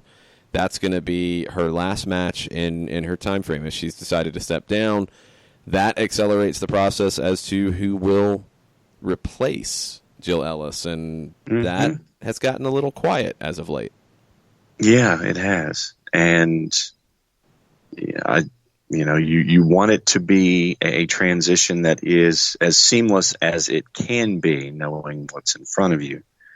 But yeah, I can't remember the last time I heard anything about possible candidates succeeding Jill Ellis. All we have heard recently is Jill Ellis is going to be here, Jill Ellis is going to be here, her last match is going to be here. It's been about the coach who is there and is leaving, but nothing with any discussions about anyone underneath. So, yeah, we've had folks turn it down, but we haven't had folks sit there and be in any kind of an article where they're lined up and interested and sitting there saying, yeah, I want to take on that challenge. I haven't seen that. Big point of clarification. You haven't had anybody turn it down because it hasn't been offered to anybody. You've had people take themselves out of consideration. That's a big difference that needs to be stated. Kate Markgraf has not offered anyone. I don't know if Kate Markgraf has had any interviews yet. Jill Ellis passed Tony DeCicco as the most winningest manager in U.S. women's national team history, and Anthony DeCicco, Tony's son, put a statement out on Twitter, and the DeCicco family was part of the celebration yesterday, which is a really classy move by U.S. Soccer and Kate Markgraf and Jill Ellis to be part of it. And Anthony DeCicco mentioned that when his father resigned from the team after winning the 99 World Cup, he and his staff left behind a plan called Project Gold. And that project, the objective, was for the U.S. women's national team to, quote, win now and win forever. And Jill being the first one to take back-to-back World Cup championships is kind of the fulfillment of that. And it was a big part of the celebration and a big part of what Ellis's legacy will be. So very cool to see U.S. Soccer get it right with the DeCicco family being part of the celebration. That's a really great move by Kate Markgraf and U.S. Soccer. Yeah, no doubt. Let's get into it. I want to see what that list is. I just want to see who's interested and where they go from here. Kate Markgraf has that list, and she's not telling you. We'll have to wait and see who gets the the interviews. Nope, she's not telling you. Probably going to wait till after the NWSL season, because I'm assuming some of the managers that will be involved in the postseason playoffs will be on that list, and will probably get a call or a request for an interview. Couple bits of news to touch on before we finish up with Twitter. Matko Miljevic is a player with Argentinos Juniors who could play for Argentina, could play for Croatia, could play for the United States. He told Marca that he wants to play for the U.S. He was born in Miami. His parents are Argentine. His grandfather is Croatian. He's played for the U18s and the U20s with Argentina, and he told Marca that Tab Ramos had talked to him, wanted to bring him in earlier, but it conflicted with Copa Argentina matches for Argentinos Juniors. He's broken into the first team. He recently got his first goal. Getting him into the U20 group would be a good first step. It wouldn't cap tie him, and there's still time for him to kind of make some decisions, but you don't see a lot of teenage talent playing minutes in the Argentine Superliga who could be part of the U.S. national team picture. Feels like a guy that you should really be going after at this point. Yep, and it goes back to that discussion that we had yesterday. Don't know that they're not going after him. Obviously, actually, we do know that they are going after him because Tab Ramos has talked to him, and the player said that. So that's different than some of the other situations, which is good. Right. But yes, and you just don't want those numbers to continue to grow. When there's an opportunity to go after a player, and grow what you want to grow. I mean, for me, it's frustrating when you see things in the written word, and the idea behind it is that there isn't any movement. It's like, well, if they want to come play for the country, then they've got to come. Hold on, that's not true in this case. This is not the same case. Matko Miljevic said that Tab Ramos has talked to him, wanted to call him in. They couldn't do it because of matches with Copa Argentina. It's not the case where they're sitting back. And Tab Ramos is the one who said the thing about they need to feel that if they want to be here, I want them here, blah, blah. He said that. He's talking to this player. So this is a different situation. And I'm all for it. We have to be fair in these moments, because I think right now with U.S. soccer and any mention of any national teams, it is eyes go red, it is toxic, it is yell, scream, throw things, and sometimes they do get things right from time to time. If they are in contact with Miljevic and they are talking about bringing him in, and if it's to the U20s first, that's fine. That's good. It's being handled the right way. And that then make this a constant. That's all that I'm saying. Not every situation's the same, first off, but when there's good news, let it just be good news sometimes. And this is a young player who is breaking into a first division Argentine club that is known for developing talent, by the way. That's Argentinos is a club that, I mean, it's where Diego Maradona came from. That's kind of a good sign. Others have come through there recently and have moved on to bigger clubs. It's a talent production club, and you have a player who has broken into their first team. He's got a goal, talented player, technical player, and he says he wants to play for the U.S., and he's been in contact with the Federation. Just say, well done, and just leave it at that sometimes, rather than compare it to everything else. Sergino Dest made it clear. I think he's handling it in a very mature way. He said, look, I don't want to make the decision just yet.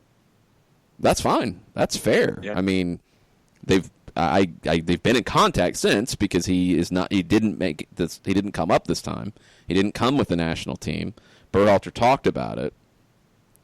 There's contact there, but he wants to wait and make a decision. That's fair. There's nothing wrong with Sergino Dest and the way he's handling it. I think he's being very upfront about it, and that's a good thing. You're competing with the Netherlands. It's not easy to compete with. Is he going to get more playing time with the U.S.? You would think so.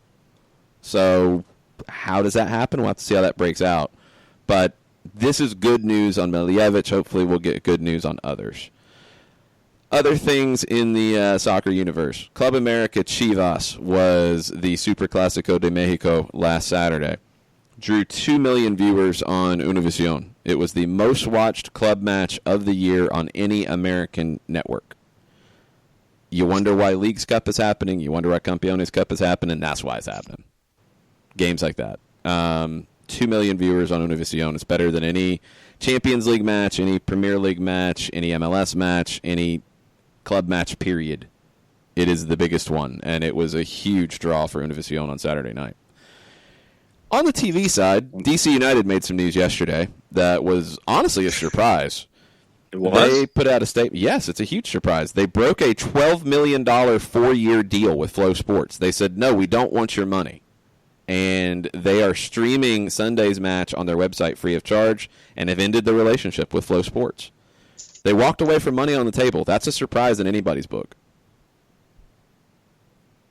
But from everything that I've read, and I haven't seen it in person, so I haven't dialed up Flow, and I don't know about their production quality, but everything that we seem to read about the situation with DC United and with Flow and with fans has been nothing short of displeasure because of geo-blocks that should not have been geo-blocked and production quality and just everything across the board. I've seen far more displeasure about Flow and DC United than I have seen about, okay, they're just doing their job. Of course, that's kind of how we are as a society these days. You know, you're not going to sit there and say, good job, you.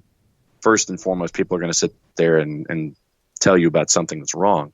But I really haven't seen a whole lot of positives where Flow is concerned. And I know that Flow is looking to make a big play for MLS on the whole and be involved with other franchises. I think there was a discussion with Austin about possibly partnering with Flow. No, that was an assumption because they're in Austin. Cincinnati, they do have a different kind of deal. It's to clarify, the DC one, that was their TV, was on Flow Sports. If you wanted to watch DC United, you had to watch it on Flow Sports. Cincinnati has a local TV partner, but that local TV partner did not have a streaming option. So Flow Sports was the stream option for Cincinnati in the Cincinnati market for their local broadcast, not the overall local broadcast. Really different situation than DC. DC, if you had problems with Flow Sports, you couldn't watch DC United, period. Right. That flat out. The reason it's a surprise to me is how many times do you see a 4-year deal with an out before the first year is over, and you just say, you know what, we're just going to throw this game up on our website because this has been so bad.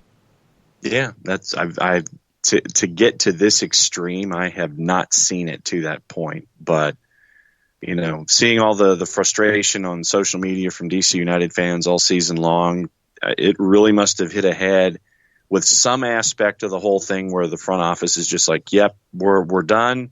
You know, out the door, and we're just going to do this for the last match of the year. So I think Flow's got to figure it out. If they're wanting to make a play for MLS on the whole and for other teams and other situations, they've got to figure it out because there seem to be more problems than successes as we've seen, obviously, with DC United. I mean, for me, the question is at this point, can they figure it out? Because I think you've just ruined the reputation. And I don't know how you rebuild that outside of lots and lots of money and also some proof that these mistakes aren't going to happen again. Yeah. I don't know. We'll see what happens with Flow Sports. Update on Matias Almeida. So earlier in the day, yesterday, John Sutcliffe of ESPN, who Atlanta United fans will remember was adamant that Andres Guardado was going to be the first major signing for Atlanta United. Absolutely adamant about this. Yes. Didn't happen. Sutcliffe reported yesterday on ESPN Deportes that Matias Almeida would be returning to Mexico with Monterrey. Sutcliffe's tweet was, the team, Rayados, will pay the clause, and $3 million is the clause, according to Sutcliffe, to San Jose Earthquakes. Matias Almeida will arrive at Monterrey. What do you think? So you started to get reports going around that. Robert Jonas, who covers the San Jose Earthquakes for Pro Soccer USA, got this quote from a San Jose spokesperson regarding those rumors. Quote, "There has been no contact between Monterrey and the San Jose Earthquakes regarding Matias Almeida.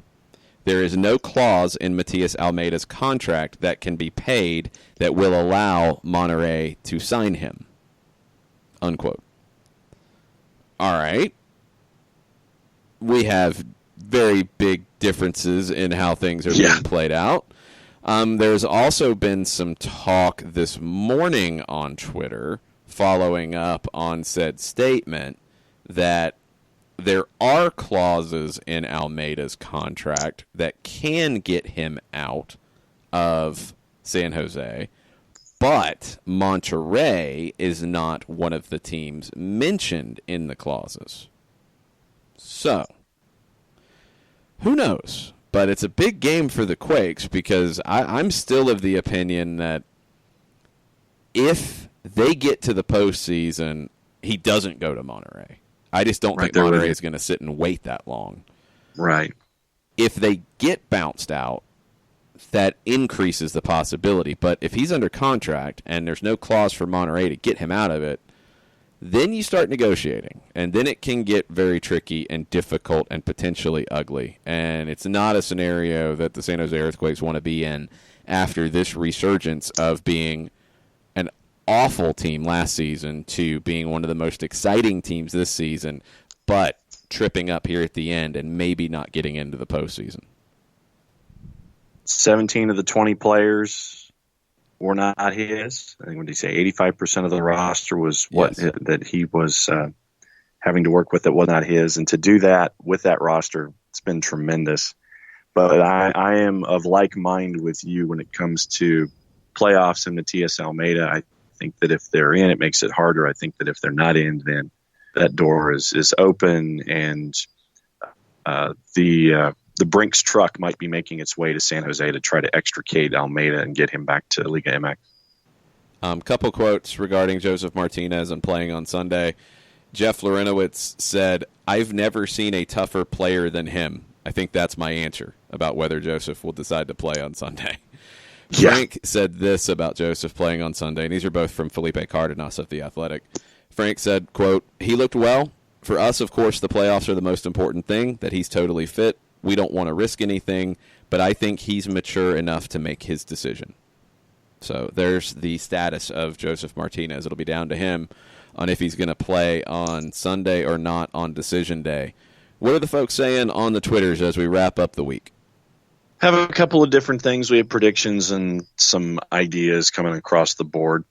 Josh Bailey, don't forget, go to @JBailey86, vote of the Bailey Daily, and figure out how you think Atlanta's going to do. Win by 2 or more, win by 1, draw or loss.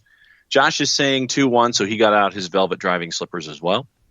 Yeah. Shiva saying 2-0, totally confident with a win. 2-0 Atlanta, only if Parky and Larry and Barco and Joseph start. Okay, there we go. That's a lot of ifs. Yeah, I know. Eric Schwartz. Guys, I think we're overdue for one of those PT on the volley banger goals we saw in his highlight reel Sunday. Would be a great time to get that playoff momentum going. Would love to see him catch one of those volleys that he's known for. Daniel Price says, a little bittersweet, but we come together on the last SDH show of the regular 2019 MLS season. It's been a long road filled with crazy stories and poor food choices by @OSG Nelson. 2 trophies thus far, and I'm hoping for 2 more. It's true. I mean, the Brunswick Stew escapade was last season, wasn't it, or did that continue into the season? No, that was last season. That's what I thought. That was last season. Yeah. Okay. Well, at least that one got out of your system, so that's good. It's because we haven't talked about warm food on a cold day.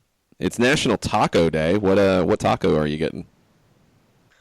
I don't know if I'm going to be in a position to get a taco because I have to be on site at like 4 o'clock for game of the week. So if I do, it's going to have to be fairly soon.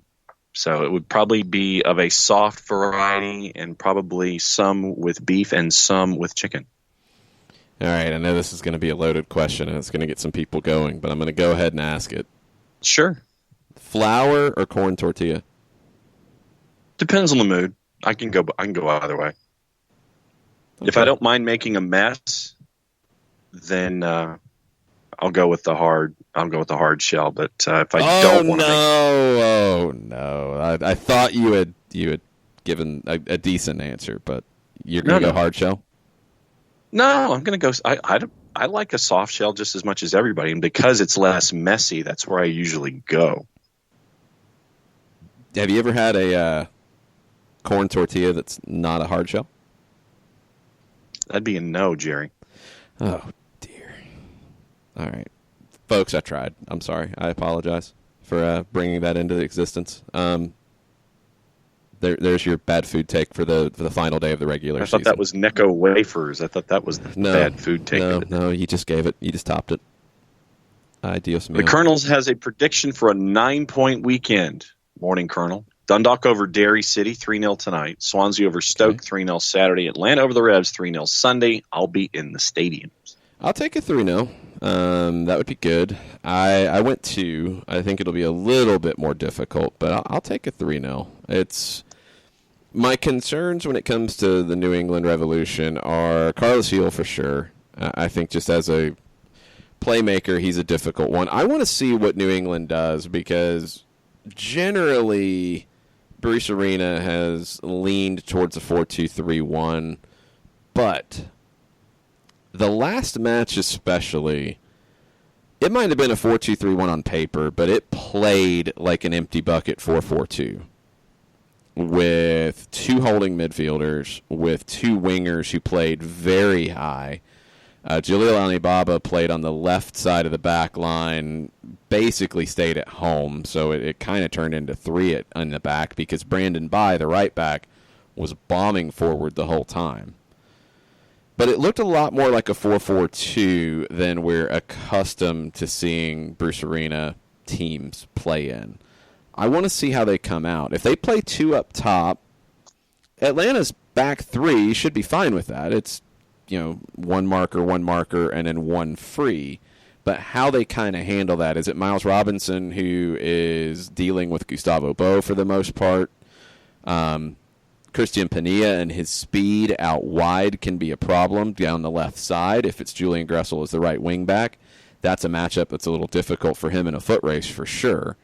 There's some things that New England can do to hurt you. I don't think it's a cakewalk. I don't think it's 3-0. I think it's going to be more difficult than that.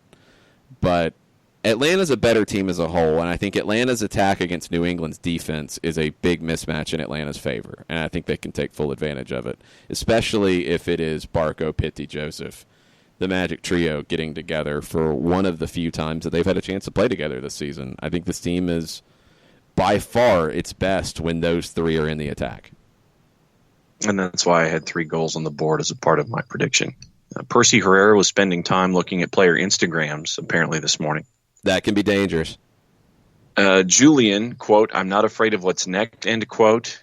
Darlington on Instagram had a black heart and a gold heart, or yellow, in quotation marks. Parker saying Larry might join him in retirement by using the word if. This is not good. Percy, you need to lay off listening to The Cure and My Chemical Romance, and probably some Depeche Mode too. You need more uplifting music. Disintegration's the best album ever. You need more uplifting stuff. You need some happy stuff, because the Gressel one, I'm going to give you the devil's advocate to the 3 different things that Percy mentioned that he has seen on Instagram. The Gressel one, I thought the post was more about a sweet post about his wife. The Nagby one, it looked like it was just about the picture and the colors that were being worn. And Parkhurst also said that he thought Jeff Florenowitz would be the captain next year. Yeah. There was a counter to the if, because there's still a decision to be made, but he also was pretty clear in saying that he thought that Jeff Florenowitz would be the captain next year. So those are your counterpoints. I don't know. It is going to be a difficult offseason. That's just a fact. This is going to be potentially the most tumultuous offseason Atlanta United's had since it started. Not getting into the first one where it was all bringing it together, but just because of where you are in the life cycle. It's going into year 4. It's completing year 3. You don't see a ton of contracts signed for 4 or 5 years guaranteed. You see lots of 2, 3 years and then option years. So what are those options? Are they, big, large contract numbers on options? Are there not? Are they all club options? Are there some player options mixed in? Are there some mutual options mixed in? It's going to be very interesting. You've got, you've got players who have outperformed the contracts that they signed initially, and you have players who are going to be able to command a larger salary. And then when you're in a salary cap league, no matter what team you are, that can be tricky. And that's not easy to sort out. So you're going to see change. I think that's a fair statement to make. I think you're going to see it. I think it's going to be very hard with the current salary cap structure. And, maybe the CBA makes this easier, but it's going to be very hard to keep everyone as is and sign players to new contracts. It's just going to be hard to do. So right now, this group has a job in front of them to win MLS Cup. And I think this is a group that has the capability of winning MLS Cup. I think they have that talent. I think they've shown that they can win in tough situations. I think they've shown that in their win over Club America. They've shown that in their wins in the U.S. Open Cup. This is a team that in knockout situations, and we'll take Campeones Cup out of it if you don't want to include that, they won the U.S. Open Cup. All those were knockout games. They lifted the trophy at the end. That's a success. And this is a team that navigated the postseason last year. And for the most part, it's the same core from that group. So they have the capability to do it, and that's all you can focus on right now. The offseason doesn't start until the season ends. And hopefully there's still a lot of soccer left to be played in the 2019 season for Atlanta United. I think there should be. We'll see if there is. And that starts on Sunday with positioning, with a big issue when it comes down to positioning and if you're going to be second in the East or third in the East, if you're going to face New England in the postseason or if you're going to face Red Bulls or Toronto. Lots of different things are in play, and Sunday is a big, big day at the Benz to help decide all this. Shiva read on Twitter, NYCFC has signed the majority of their team back to a 2-year contract. Ring, Maxey, Chanot, Tennerholm, some more. Hope we can do the same if we want to have a chance in CCL. Yeah, it's smart for NYC going into CONCACAF Champions League for the first time to get those players. Maxi Morales was the key. Now, then the question becomes, Maxi Morales at his age, is he going to hold up for the full contract? 2 years feels like about the right amount. I think you can get 2 more really good years out of Maxi Morales. That was a huge signing. Alexander Ring as well. He's a very underrated player in this league. So it's smart for NYC to do that.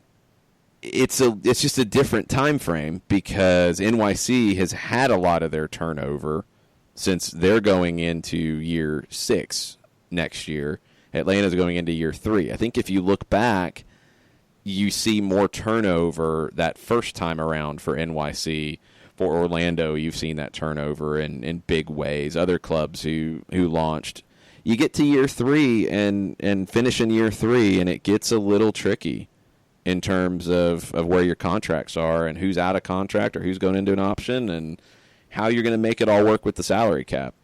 And that's the biggest unknown is the salary cap. You're not going to know exactly what it is when you have to make decisions on options because the CBA probably won't be done by then. I'm not expecting the CBA to be locked in and done in the next month.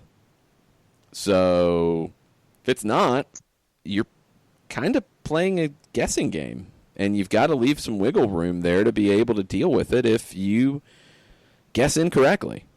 So it's going to be complicated. It's going to be tricky, and there will be change. I think it's a pretty safe bet that there will be some change in this roster for next year. How much? Just have to wait and see. Jorge B says, hopefully Jeff can score a goal, just like the second goal against Club America, and we can get Jason screaming, ooh, LOL, # Yes. Decision Day. I'm down with that. If that happens, I'm okay with this. If Larentowicz hits a bomb on one of these free kicks, I'm good with it. Kefsey, basically having a discussion with Revs fans.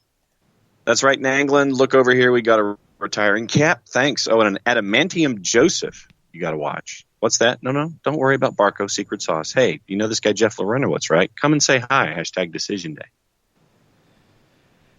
It's not going to be easy for New England. Yeah, it's not going to be easy for the Revs. This is one of the toughest tests they've faced. But they've been, as I said earlier, they've been a team that has been tough to beat. Now, they got a bunch of wins early on in Bruce Arena's tenure. Lately, it's been far more tight. They're not winning as many games. Can they find a way to change that in the postseason?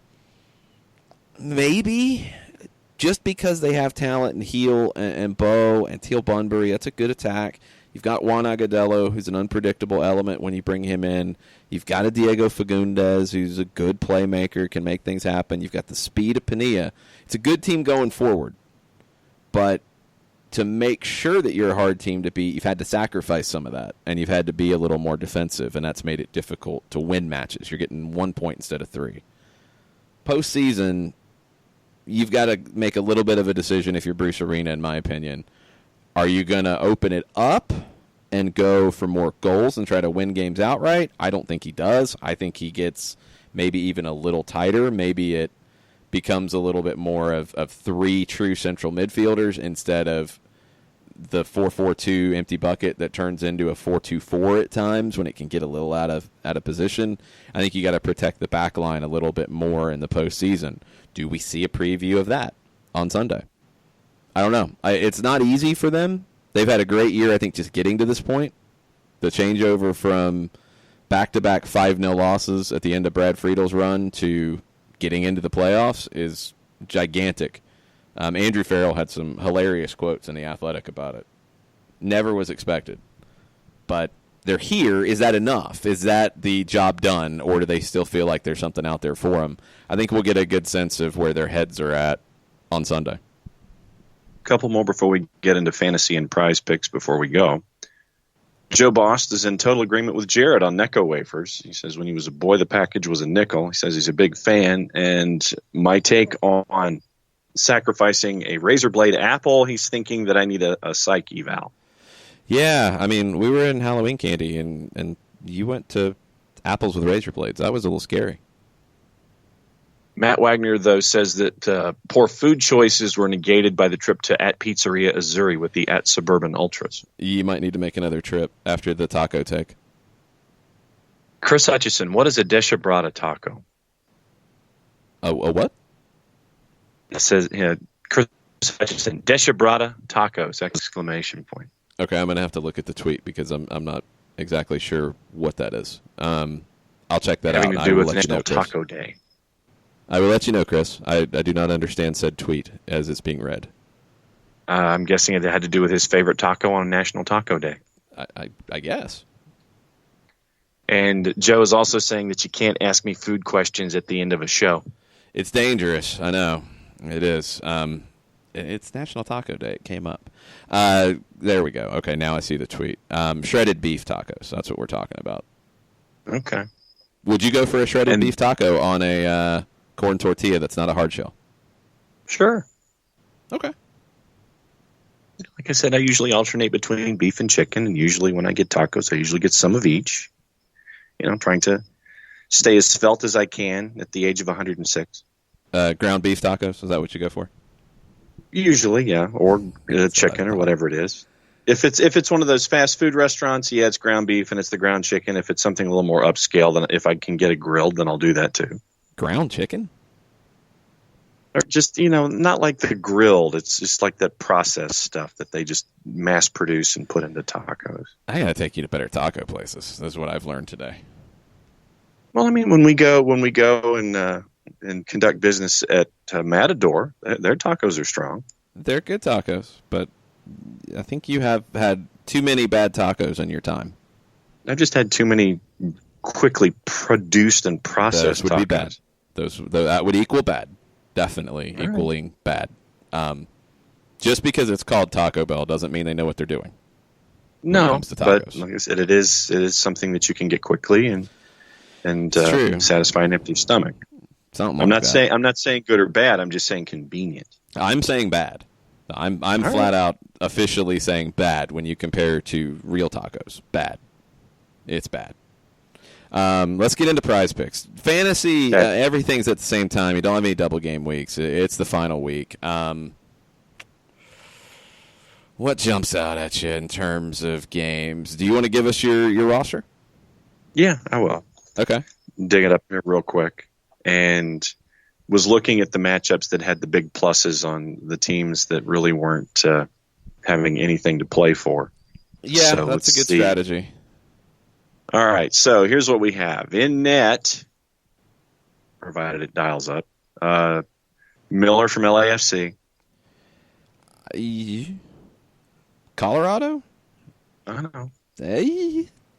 It was a salary cap decision. That's a lame excuse. I think you could go with Bill Hamid and probably be much better off. That's the one that I'm probably looking at the most. I think you could go with Chicago or Orlando too, because I'm not expecting a ton of goals in that one either. Yeah, Bill Hamid is $2 million more than I have in the bank. That does make it tricky. Tim Howard, Vega, no, Teton, Willis, McMath, Blake, Bush, Eloy Room, Blake, maybe. Derek. That's tough. I think Colorado is going to make a game of it. That's why I'm a little concerned about Tyler Miller. That's all. Clint Irwin. I would maybe go Blake over Miller in that situation. I think Philadelphia NYC might be tighter, but it's a judgment call. Backline: Miles, Polenta, LGP, Birnbaum. The Atlanta ones I'm good with, especially. I mean, I picked a clean sheet, so yeah, I would go with those. Polenta, don't know if I love that one. Birnbaum, you should be in really good shape. Midfield: Pavone, Severino, Rusnak, Gregish. All those are good. Gregish should be the one. Maybe you want to go with a more attack-minded one, but not bad. I think there will be goals in Seattle, Minnesota, so he could be on the end of one. The others sound good. I think Vancouver RSL could be silly. And up front, a captain, Zlatan, and Shabilko. Yeah, I think that's good. Shabilko would be the only one maybe you go different forward, just because I think Philly will struggle a little bit without Bedoya, and I think that game might be tighter. There might not be a ton of goals in it. You might want to look at a different game where there could be goals instead of Shabilko, just looking at salary ranges. But it's not bad. It's not a bad call. I just think that game will be tighter. I think Zlatan should score a boatload because that's the only way the Galaxy do anything. Morris, Rossi, Matricia, Quintero, Kamara. I like Elise. Quintero in that mix. And maybe Elise going against the LA Galaxy, who really struggle to defend. And that's why the Polenta one is concerning. So those would be the only two I would think differently about, would be Polenta and Shabilko. But it's tough. Some of those games are tricky to call. That's what makes Decision Day weird when you get into some of those where teams don't have anything to play for, but guys might be playing for contracts. So it's kind of like, well, where's the motivation? What's it going to look like? We'll find out on Sunday. Prize Picks. If you haven't signed up before, you go to myprizepicks.com or you download the app for your phone or your tablet or however you want to access it. And when you sign up, and you make your first deposit, you use the code SDH. You're going to get a quarter of that deposit matched up to $1,000. You're going to get a free $25 two-pick play that has a little bit of a caveat to it. If you only get half of it, you'll get a nice kickback. It's a good way to get your roll started. And on myprizepicks.com, you can pick not just MLS talent, but you can pick Premier League talent. You can pick WNBA. You can pick esports. You can pick tennis. You can pick college football. You can pick pro football. You can pick National Hockey League. You can pick all kinds of things. MMA. It's all there. But we will talk about MLS, and we will go through the board very quickly on Prize Picks right now for the weekend. Carlos Vela, 13. Zlatan, 12. Those are the big numbers. Diego Rossi, 6. Eber, 7. Shabilko, 7.5. Wondolowski, 6.5. Mauro Minota, 6. Jossie Zardes, 4.5. Kai Kamara, 5.5. Nani, 5. Felipe Gutierrez, 3. CJ Sapong, 3. Alejandro Pozuelo, 5.5. Daniel Royer, 6.5. Wayne Rooney, 5.5. Josie Altidore, 6.5. I like, off the top of my head, I like CJ Sapong with an over. I like Kai Kamara with an over. I like Vela with an under. Yeah. And I like...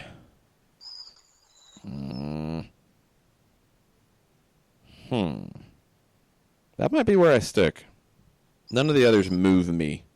So Vela under, Sapong over, and what was the other one I missed? Kamara over. That's it. Kamara over. All right. That's where my gut's at. See, as Daniel, I don't think Daniel has posted his. Daniel has not posted his ideas yet. Okay, well, we'll be on the lookout for it. Oh, no, he has. He just posted it. He goes Zlatan under, Vela under, Shabilko under, Zardes over. And he says that is the degenerate pick of the week. Okay. Daniel has been our Prize Picks guru and all this stuff. He's been very good at this. He has. It's definitely there. A couple on this days before we wrap up. Two very famous players were born on this day. Jorge Valdano, World Cup winner for Argentina. Big part of Real Madrid in the office side of things. He was born on this day in 1955. Mauro Camoranesi was born on this day in 1976. Nick is probably celebrating it. He should be. Camoranesi was here in Atlanta last year with Juventus during the All-Star Game festivities. And a big one, a really big one, there is a very famous show that debuted on this day in 1990. Da-na-na-na, da-na-na-na. Beverly Hills 90210 debuted on this day in 1990. And yes, it is one of my all-time favorite shows. Go ahead and at me. I do not care. Right there with you. The first 6 or 7 seasons were great, and I still believe that Steve Sanders' best relationship was with Claire. You're really fixated on that. The first season was mostly crap. Let's be real. It was very after-school special-ish at the beginning. Yeah. And then they did the summer season where they're at the beach club, and then it was all bets are off. And then it was great. And it was great for a long time. It's one of my all-time favorite shows. I haven't binge watched the reboot thing they did. I watched the first one, and it was definitely interesting, the approach they took. It was very meta, show within a show kind of idea, this 6-episode run they did on Fox this summer. I saw the first one. I wanted to wait till all of them were done and then binge watch it, so I will be doing that probably over the international break, and I'll report back. Because then we'll have 90210 down here in the secret 9th hour. Yeah, that'll be probably at like 9 o'clock on Thursdays, so stay tuned for that. But that's going to do it for the week. Decision Day on Sunday. We'll be out at the Gulch starting at noon, hanging out with the faction, presenting the Tailgate Show, which comes to you thanks to our friends with Appolinsky and Associates. So around 12 o'clock, we'll be live. Stay tuned in how we do it. We've had some issues with just getting a feed out of the Gulch. I don't know if it's just all the cellular services are overused or what. We've tried hotspots. We've tried all kinds of different things. We might just go audio only and throw it up on the app. That might be the best way to ensure that it gets out. So we'll tweet you and let you know. Follow at Soccer Down here, and we'll give you an update in the morning once we kind of see what the signal's looking like. I've been really surprised how hard it is to get a decent signal out of the Gulch lately. So that'll be right at lunchtime. Then on Star 94.1, the Five Stripes Countdown will start at 3:30. Kickoff will be at 4:25. Probably somewhere in the that'd be right around the time we go on air, probably a little bit before. We'll have on Atlanta United social media channels the lineup and the AT&T countdown to kickoff. And there's some lineup questions when it comes to Atlanta United this time around. Frank DeBoer said Barco's going to start. He said it's up to Joseph Martinez if he's going to start. Questions, does Parker keep his starting spot? Does Lorenowitz keep his starting spot? What does it look like? We'll give you that on Atlanta United's social media channels. Full-time report will be for 1 hour after the final whistle. That'll all be on Star 94.1. You can listen on the radio.com app, on the Star 94.1 page, also on the Atlanta United app. Lots to dig into when it comes to Decision Day and how things shake out, what the schedule ends up being, what the matchups look like, when the games are going to be played. It's going to be a busy Sunday, late afternoon, and early evening, and I'm sure we'll be talking to all of you in all of the different ways that we can do that. So thanks, everybody, for listening. If you want to get your Holding Midfielders Appreciation Society scarf, come see us in the Gulch, or make a plan to come out to the Brew House on Monday and hang out with us for soccer over there, or shoot us a message if you need us to figure out shipping options for you. Thanks, everybody, for supporting the show. We really, really, really appreciate it, and we'll be talking to you on Sunday. Mucha plata, y'all. Mucha plata.